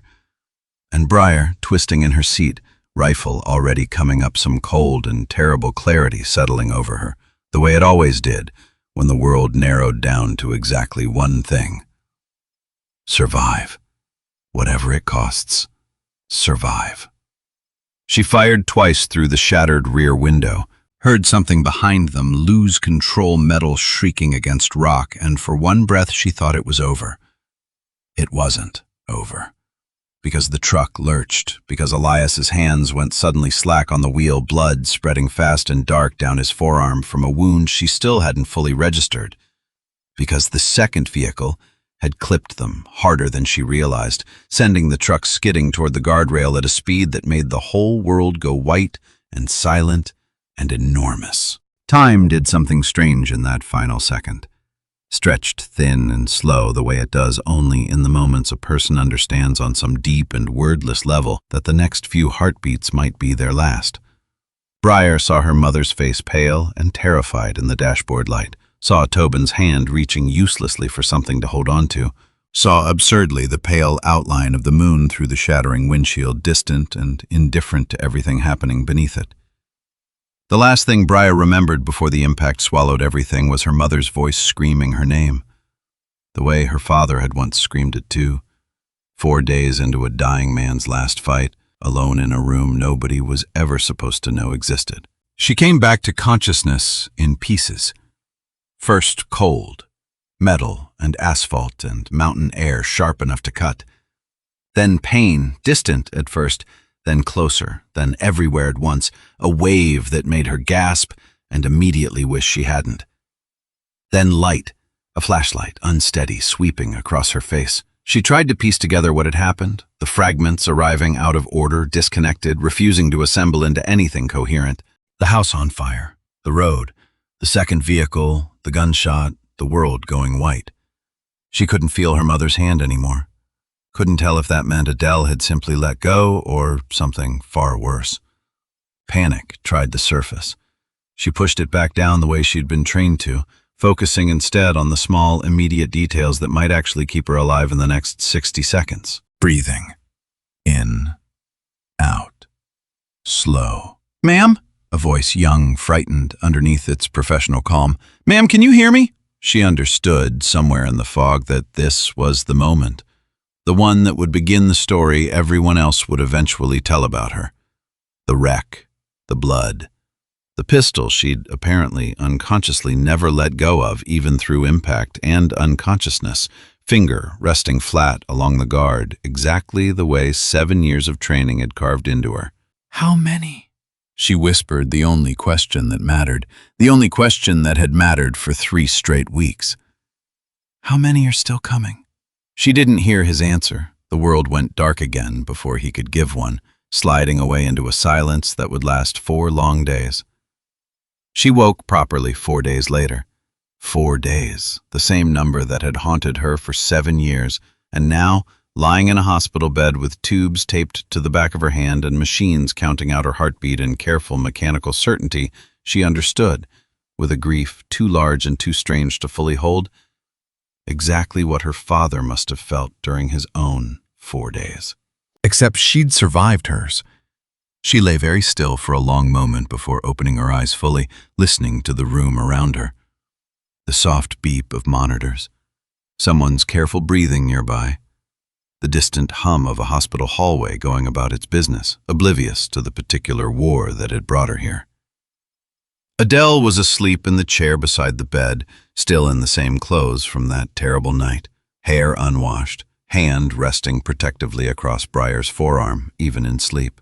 Briar watched her for a long moment before speaking, memorizing the particular exhaustion carved into her mother's face, the price of loving someone whose life kept insisting on danger. Because that's what this was, wasn't it? Love worn down to its rawest form. Not comfortable, not easy, just present, stubbornly, through every version of danger a daughter could bring home. "Mom." Adele woke instantly, the way mothers do, the way Briar realized with a fresh ache her own mother had probably learned to do decades ago in a different hospital, holding a different kind of vigil over strangers dying in a war nobody at home understood. "You're awake." Adele's voice cracked, her hand tightened. "You're actually awake. How long?" 4 days. Adele's eyes spilled over before she could stop them. 4 days, Briar. I thought... She stopped, couldn't finish, didn't need to. Briar reached for her mother's hand, her own fingers weak and clumsy with days of stillness. "I'm here," she said. "I'm still here." "Elias made it too," Adele said, wiping her face with her free hand, composing herself with visible effort. "Concussion, cracked ribs. He'll live, though. He's already trying to check himself out against doctor's orders, which tells you everything about how well he's actually doing." Briar almost smiled at that, the image of Elias arguing with a nurse twice his size and half his stubbornness surfacing unbidden, a small flash of ordinary humor in the middle of everything. "Tobin. Broken wrist, some cuts. He's been sitting outside your door for 2 days like a man doing penance." Adele's mouth twisted, something almost fond beneath the exhaustion. "He kept saying it was his fault, that if he hadn't gone to Voss's house, none of this would have happened." "It's not his fault. I told him that too." He didn't believe me either. Adele paused, studying her daughter's face with the careful attention of someone who'd spent decades learning to read pain a patient tried to hide. "You should know something else before you ask about anything else. The deputy who found you on that road? He's been by twice asking after you, said something about a promise he made you that first night, even though you probably don't remember making him make it." "What promise?" "That he'd find out how many were still coming." Adele's eyes softened.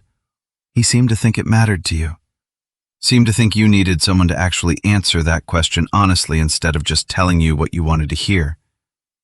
Briar thought of the flashlight sweeping across her face on that dark mountain road, the young deputy's frightened voice trying to sound steady. Somewhere in the blur of those first terrible minutes, she'd trusted a complete stranger enough to ask him the only question that mattered. "Tell him," she said slowly, "that the answer is none.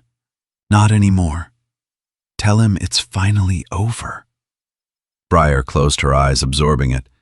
4 days lost. A fight still unfinished, waiting for her exactly where she'd left it, patient and merciless the way these things always were.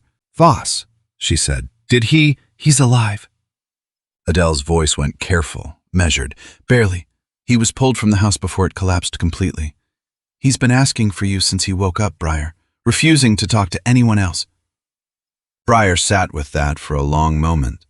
The man who'd once been Little Bird's favorite uncle, who'd helped cover up her father's death out of misplaced loyalty and cowardice, who'd finally, at the very end, chosen to burn his own house down rather than let them fall into someone else's hands. "I need to see him," she said, "as soon as I can stand."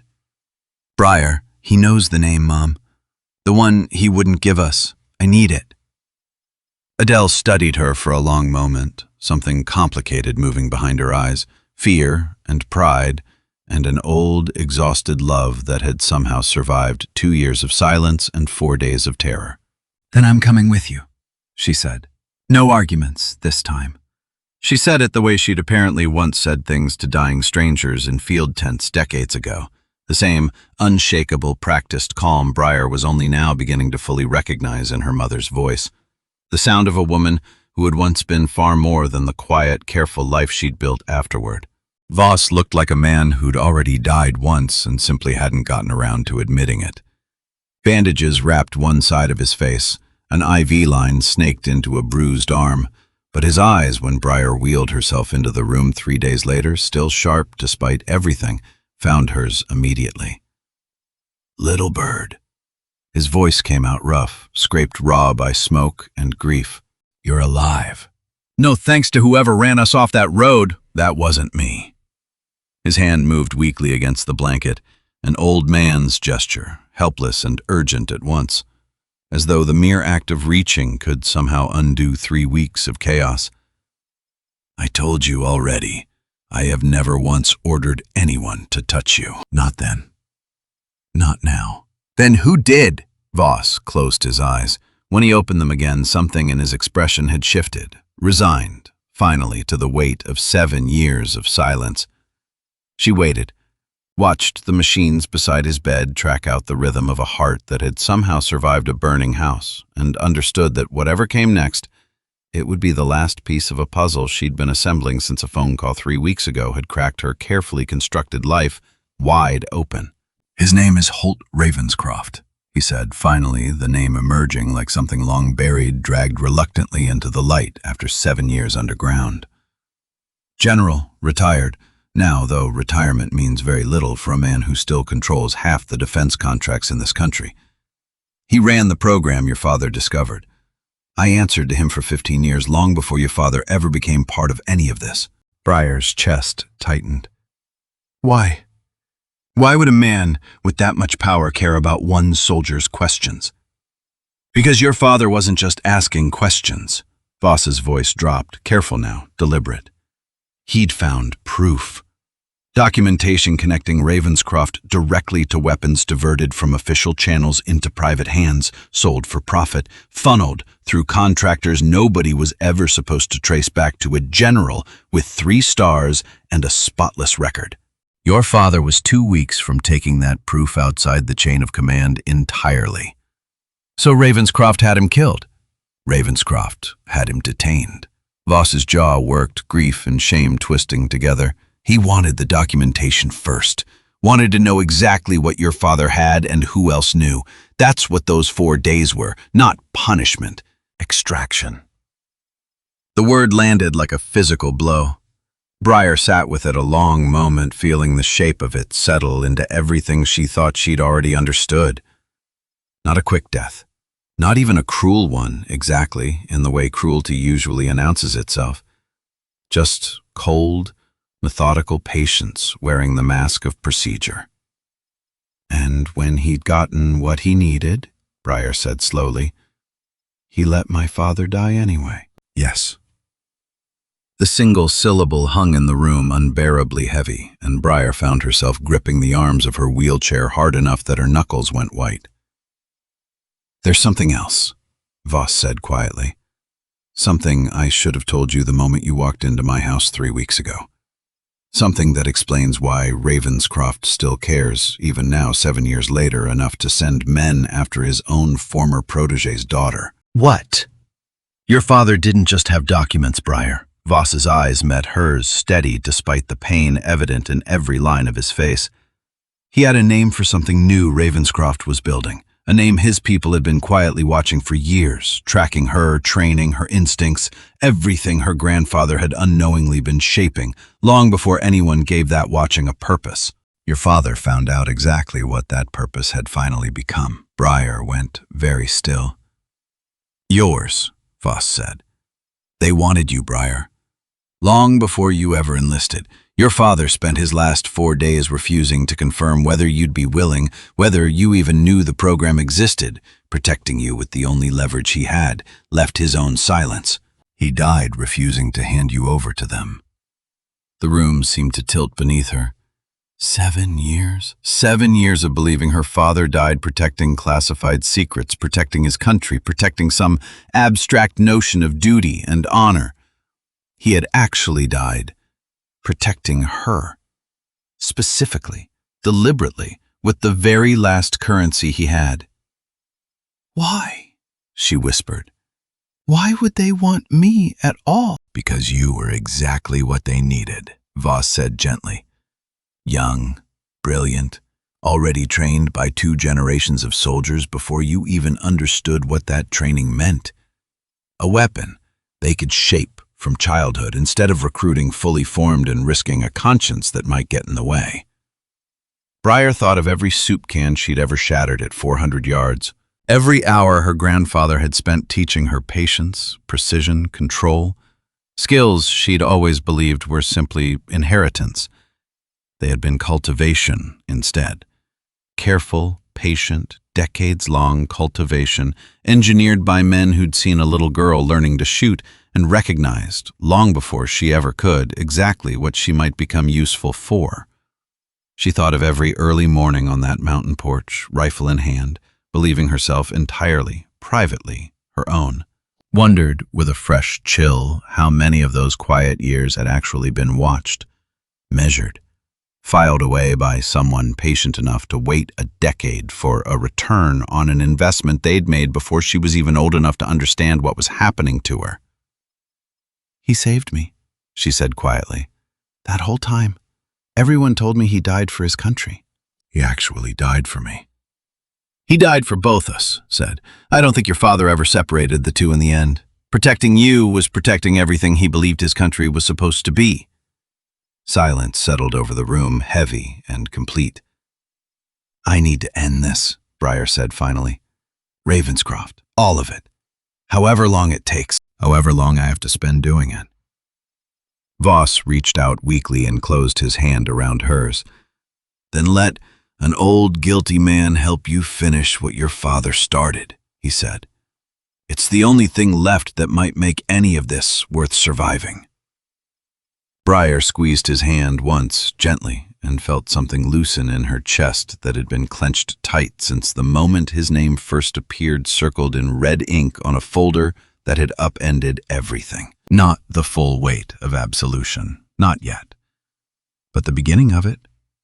The same fragile, uncertain beginning she'd felt with Tobin weeks ago in a truck full of strangers who'd somehow impossibly become something close to family. They found Ravenscroft's location 11 days later through channels Tobin had rebuilt from scratch, careful and patient, determined to prove to Briar, and maybe more importantly to himself, that his earlier weakness didn't define the whole of who he was. He'd worked nearly around the clock, Adele told her later, barely sleeping, driven by something that looked less like obligation and more like penance. When he finally surfaced with the address, hollow-eyed and triumphant, he'd looked at Briar with an expression she recognized instantly, because she'd worn it herself, more times than she could count. The look of someone finally forgiving themselves for surviving. "It's not enough to just know where he is," Tobin had said, sliding a folder across the table, hands steadier now than they'd been weeks ago in her mother's kitchen. "I pulled his security contracts too. Cameras, patrol schedules, response times. If you're doing this, you're doing it right." Briar had studied the folder a long moment, feeling something shift between them, solidify the last uncertain edges of trust, finally settling into something closer to solid ground. "Thank you," she'd said, "for all of it. Don't thank me yet." Tobin's smile had been thin, worn, but real. "Thank me when this actually works." A private estate, 2 states away, isolated, heavily secured, the kind of fortress a man builds when he has spent 30 years making enemies out of everyone who ever threatened to expose him. Briar stood at the edge of the property line at dusk, rifle steady across her shoulder, Elias beside her with ribs still wrapped and the limp he refused to acknowledge. Adele, a careful distance back, with a medical kit and a look on her face that told Briar exactly how much courage it was taking her mother not to argue about being left behind this time. The autumn air smelled like wood smoke and something colder underneath it, the particular chill that arrives right before the first real frost of the season. Briar breathed it in, steadying herself the way she'd been taught, the way 3 generations of her family had apparently been quietly teaching her for a purpose none of them had ever spoken aloud. Somewhere beyond the tree line, an owl called once, low and mournful, and then went silent again, as if even the mountain itself understood something significant was about to happen. "Last chance to walk away," Elias said quietly. "Not this," Briar said. "There isn't. Not anymore." They moved in under cover of the failing light, the way she'd been trained, the way her father had once moved through places whose names still weren't hers to say, and for the first time in 3 weeks, Briar felt something almost like peace settle over the fear. Because this, at least, she understood completely. Because every step across that dark lawn felt like something she'd been rehearsing for her entire life without ever knowing what the rehearsal was actually for.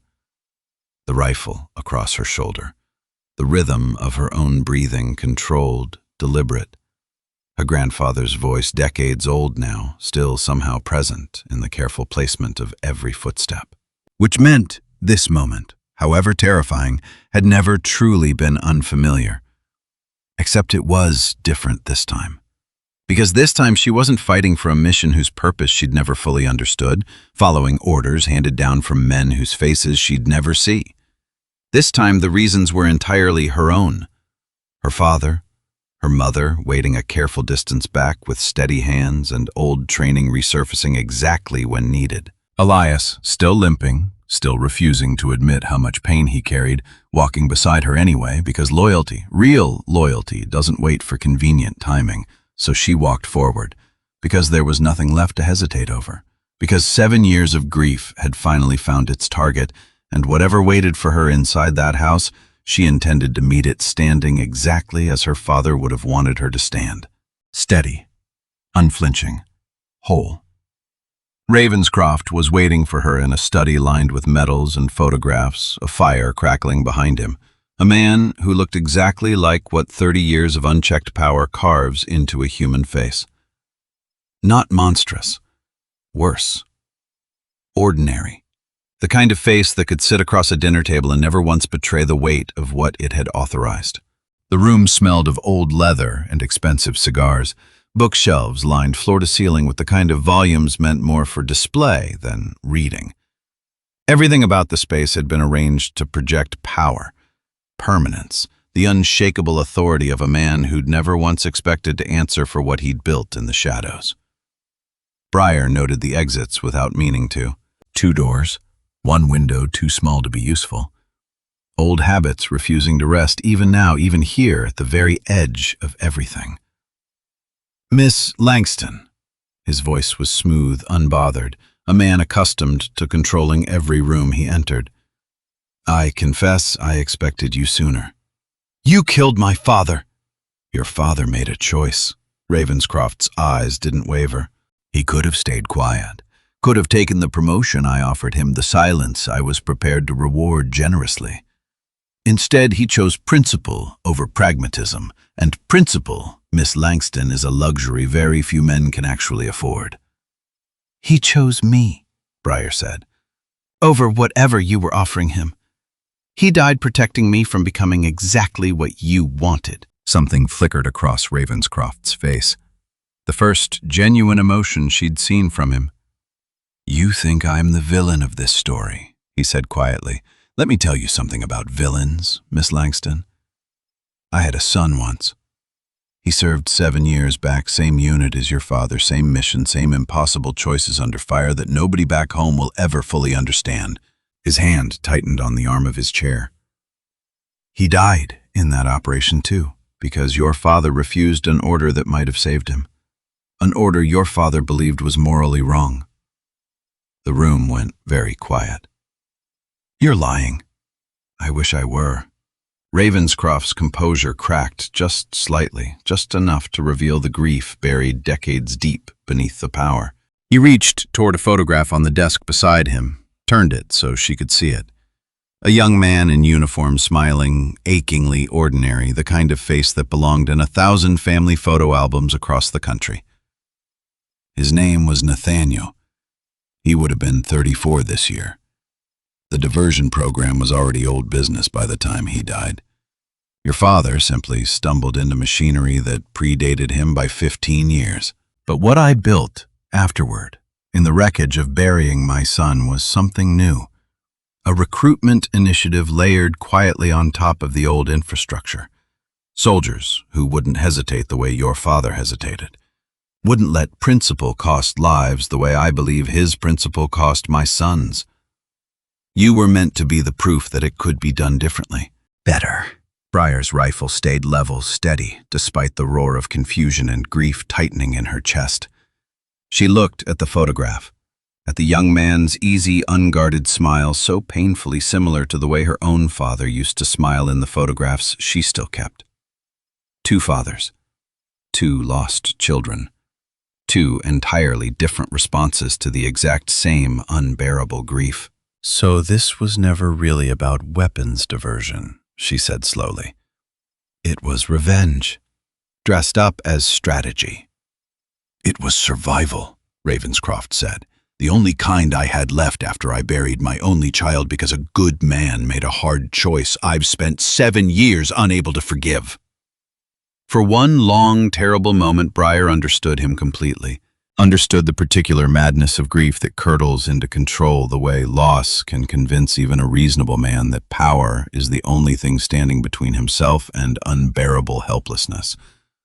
She had seen it in smaller forms her whole life, in her mother's silence, in her own retreat to a cabin at the end of a road that stopped existing on maps. She had simply never seen it built this large, this deadly.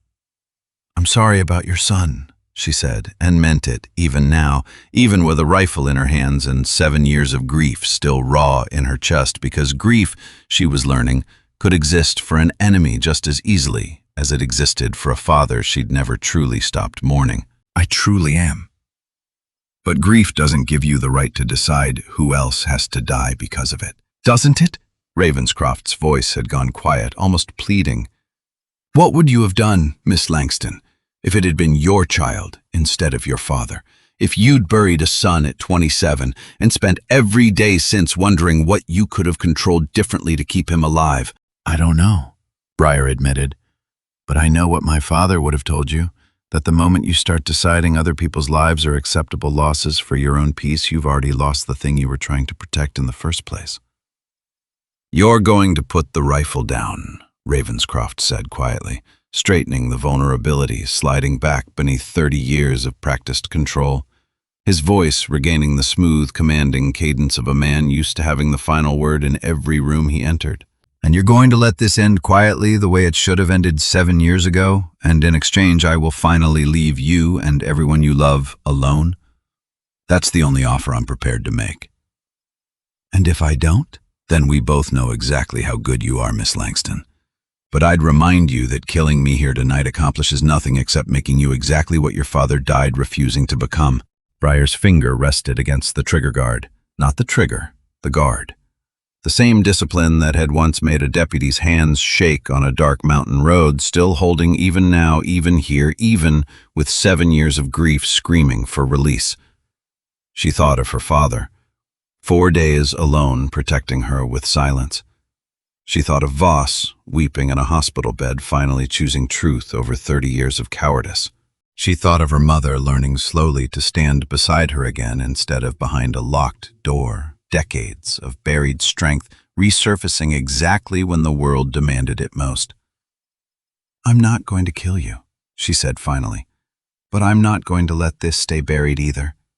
She reached into her jacket, pulled out a small device Tobin had built specifically for this moment, recording everything, streaming it in real time to a secure server neither Ravenscroft nor anyone in his employ could reach in time to stop it. "Every word," she said, "already sent to journalists, to oversight committees, to exactly the kind of daylight you've spent 7 years avoiding, the kind no amount of money or rank could ever fully buy back." Ravenscroft's face went ashen. "You've just destroyed everything," he said quietly. No, Briar said. You did that. 7 years ago? I'm just finally making sure everyone knows it. Movement sudden and sharp at the study's side door. Briar spun, rifle already rising, every instinct compressing time into something razor-thin and absolute. There was no thought in that half-second. No fear, even. Just the cold, practiced calculation her body had been trained to make faster than her mind could ever hope to follow. Except the shape moving through the doorway wasn't one of Ravenscroft's men. It was Elias. Blood already darkening his shoulder, having taken a round meant for her from a second gunman she never even saw enter the room, a final, loyal soldier throwing himself between his fallen friend's daughter and one last bullet, the way he'd apparently promised himself he would decades ago, without ever telling anyone the promise existed. He staggered, caught himself against the doorframe, face gone pale, breath coming in short, uneven pulls. "Elias? I'm fine," he grunted out, which was, Briar understood instantly, a lie, exactly as transparent as every lie she'd ever told her own mother about being fine, the two of them apparently sharing more than just years of friendship. "Behind me.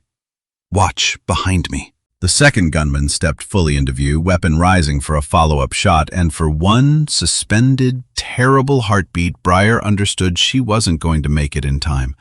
Wasn't fast enough, wasn't positioned right. The geometry of the room working against her in exactly the way geometry always seemed to work against you in the moments that mattered most. The second gunman didn't get a third shot. Adele moved before Briar even registered what was happening. Faster than Briar had ever seen her mother move, faster than 2 years of careful distance and quiet domestic living should have allowed for, Adele crossed the room and drove a syringe from her medical kit into the man's exposed neck, with the same steady precision she must have carried through 2 tours as a combat nurse decades ago. Decades of buried training, dormant beneath years of grief and stillness, surfacing in exactly the half-second it was needed most. The man crumpled. The room went silent except for Elias's ragged breathing and Ravenscroft's slow, defeated exhale. Briar stared at her mother for one stunned, overwhelmed moment. Adele stood over the fallen gunman, chest-heaving, syringe still clutched in one trembling hand, and for the first time in Briar's entire life, she understood completely and without reservation exactly where her own instincts had come from. Not just her father, not just her grandfather, her mother, too, all along. "Get him help," Briar said, finally, already moving to Elias's side, pressure against the wound, years of medical training taking over exactly the way it always had, exactly the way it always would. "Now, please, stay with me, Elias. Stay awake." "Wouldn't miss this," Elias managed, blood loss already pulling something faint and stubborn into his voice.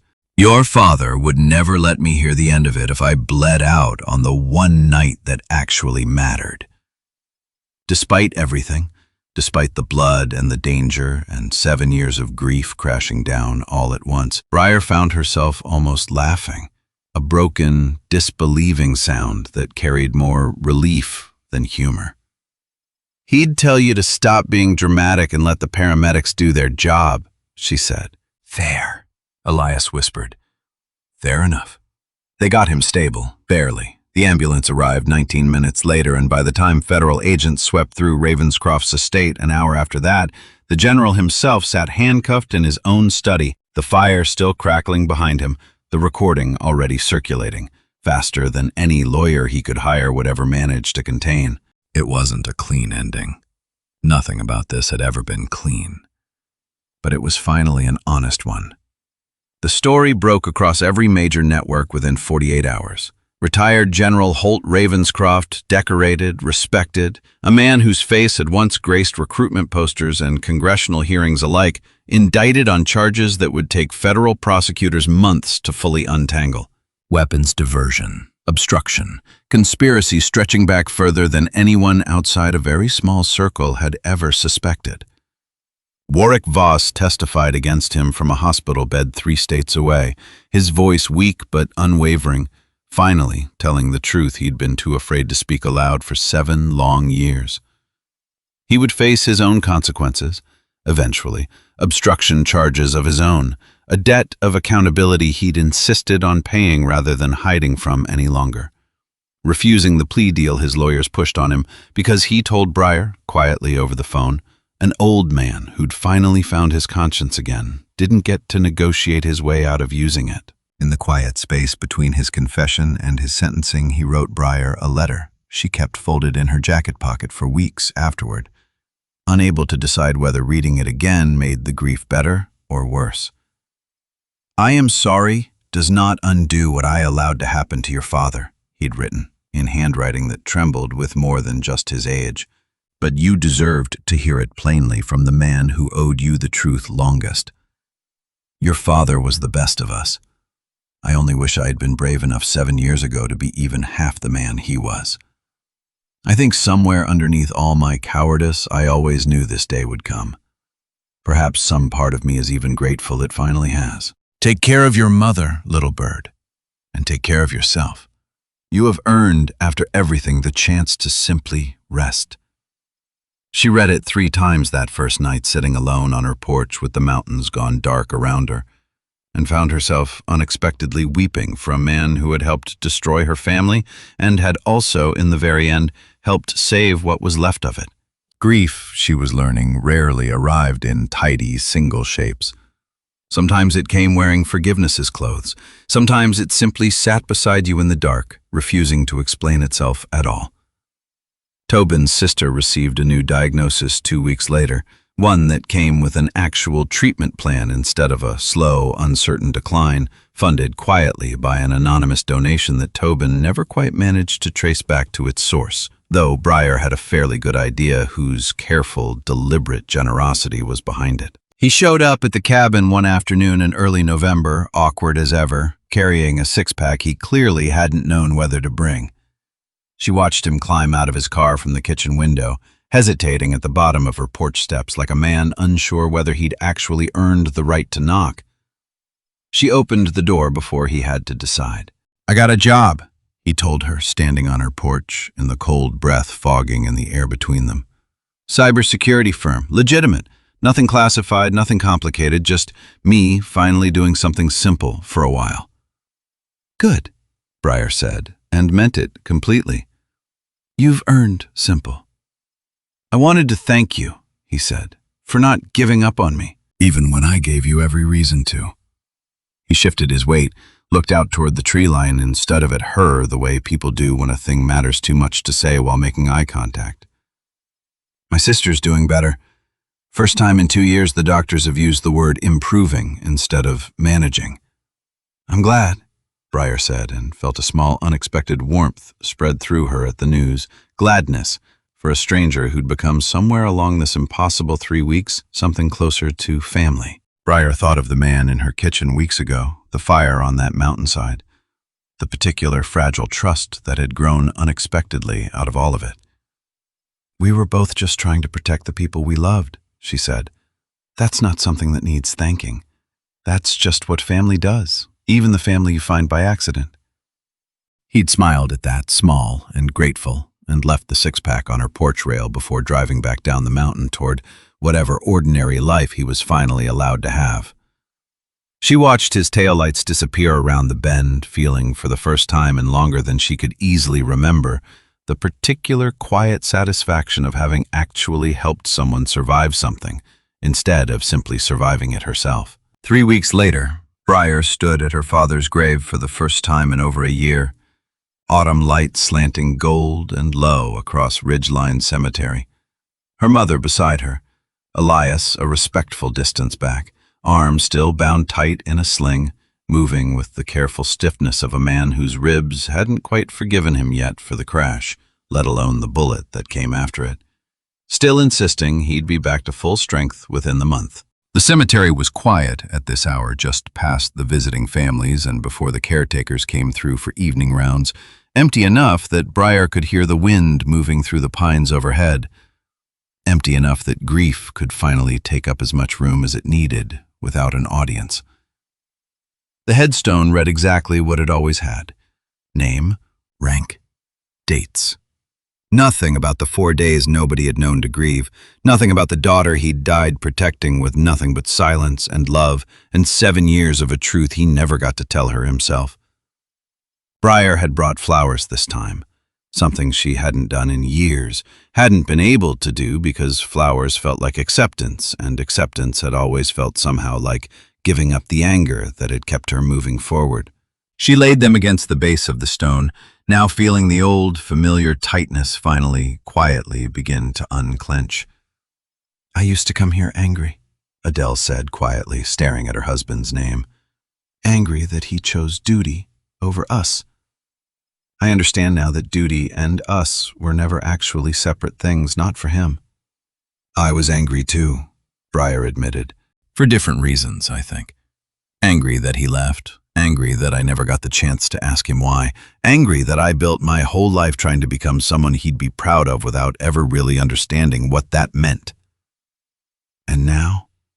Briar considered the question, honestly turning it over the way she'd learned to turn over every difficult truth these past weeks, refusing to let herself reach for the easy answer just because it was easier. "Now I think he was proud of me long before any of this happened," she said. "Not because of what I could do, because of who I already was underneath all of it. I think that's what he was actually protecting in the end. Not a weapon, not an asset. Just his daughter." Adele's hand found hers, squeezed once, gentle and certain, the way it used to when Briar was small enough to need reassurance after a nightmare instead of after an actual war. "He would be," she said. "Proud, I mean. Proud of both of who you were and who you're choosing to become instead. And proud, I think, that you never once let any of this turn you into someone as hollow as the men who hurt him." Briar knelt, placed her palm flat against the cool stone the way she used to as a child before any of this, before 7 years of silence and grief and a war she'd never fully left behind. The granite was cold beneath her fingers, familiar in a way that felt for the first time in years like comfort instead of just loss. "I'm still here, Dad," she whispered. "Still fighting. Just not alone anymore." Beside her, her mother knelt too, placing her own hand next to Briar's on the stone. 2 generations of Langston women finally standing together instead of apart. For a long moment, neither of them spoke, simply kneeling there together in the gold autumn light. The silence between them no longer the wounded, careful silence of 2 years' estrangement, but something gentler now, something closer to peace. "I have something I need to tell you," Adele said finally, voice soft. "Something I should have told you years ago, if I'd been brave enough." "What?" "I was proud of you the day you enlisted. Terrified, yes, furious, absolutely, but proud, too, underneath all of it, in a place I wouldn't let myself admit even to myself. Watching you become exactly the kind of person your father would have wanted you to be, even as I was so afraid of losing you the same way I lost him." Her voice caught. "I let the fear speak louder than the pride for 2 years, Briar. I am so sorry for that." Briar felt her own eyes fill the last careful wall between them, finally, completely coming down. "You don't have to apologize anymore," she said. "We're here now. That's what matters." They stayed a long while after that, the light slowly shifting from gold to amber to the deep blue edge of evening. Elias's quiet laugh occasionally drifting over from where he sat sharing some old story with a groundskeeper who'd wandered by. Easy and unguarded in a way none of them had heard in weeks. Briar didn't know what came next. Didn't know if the cabin at the end of the road would ever feel like enough again, or if some part of her would always be listening now, always counting exits, always half expecting the war to find her one more time. But she knew, kneeling there with her mother's hand beside her own, that she wasn't facing whatever came next alone. And for the first time in 7 long years, that felt like more than enough to start with. The wind shifted. Somewhere behind them, Elias's quiet laugh carried across the cemetery once more, and Adele smiled at the sound of it, small and real. "He'll be back to bothering people in no time," she said. "Stubborn old fool." "He gets it from somewhere," Briar said. "Probably the same place I got mine." Her mother laughed, then actually laughed, bright and surprised and entirely unguarded, a sound Briar hadn't heard from her in over 2 years. And something in Briar's chest finally completely came undone. They stood together, eventually brushing grass from their knees, the last of the daylight fading gently behind the ridgeline. Briar looked up at the sky, autumn bright and endless, and let herself finally breathe. Somewhere down the hill, a groundskeeper's truck idled, waiting patiently for the family to finish before beginning the evening rounds, and Briar found something almost sacred in that small, ordinary courtesy. The world simply continuing unhurried around the edges of their grief the way it always had, the way it always would. I can still fight, she thought, but maybe, finally, I don't have to fight alone.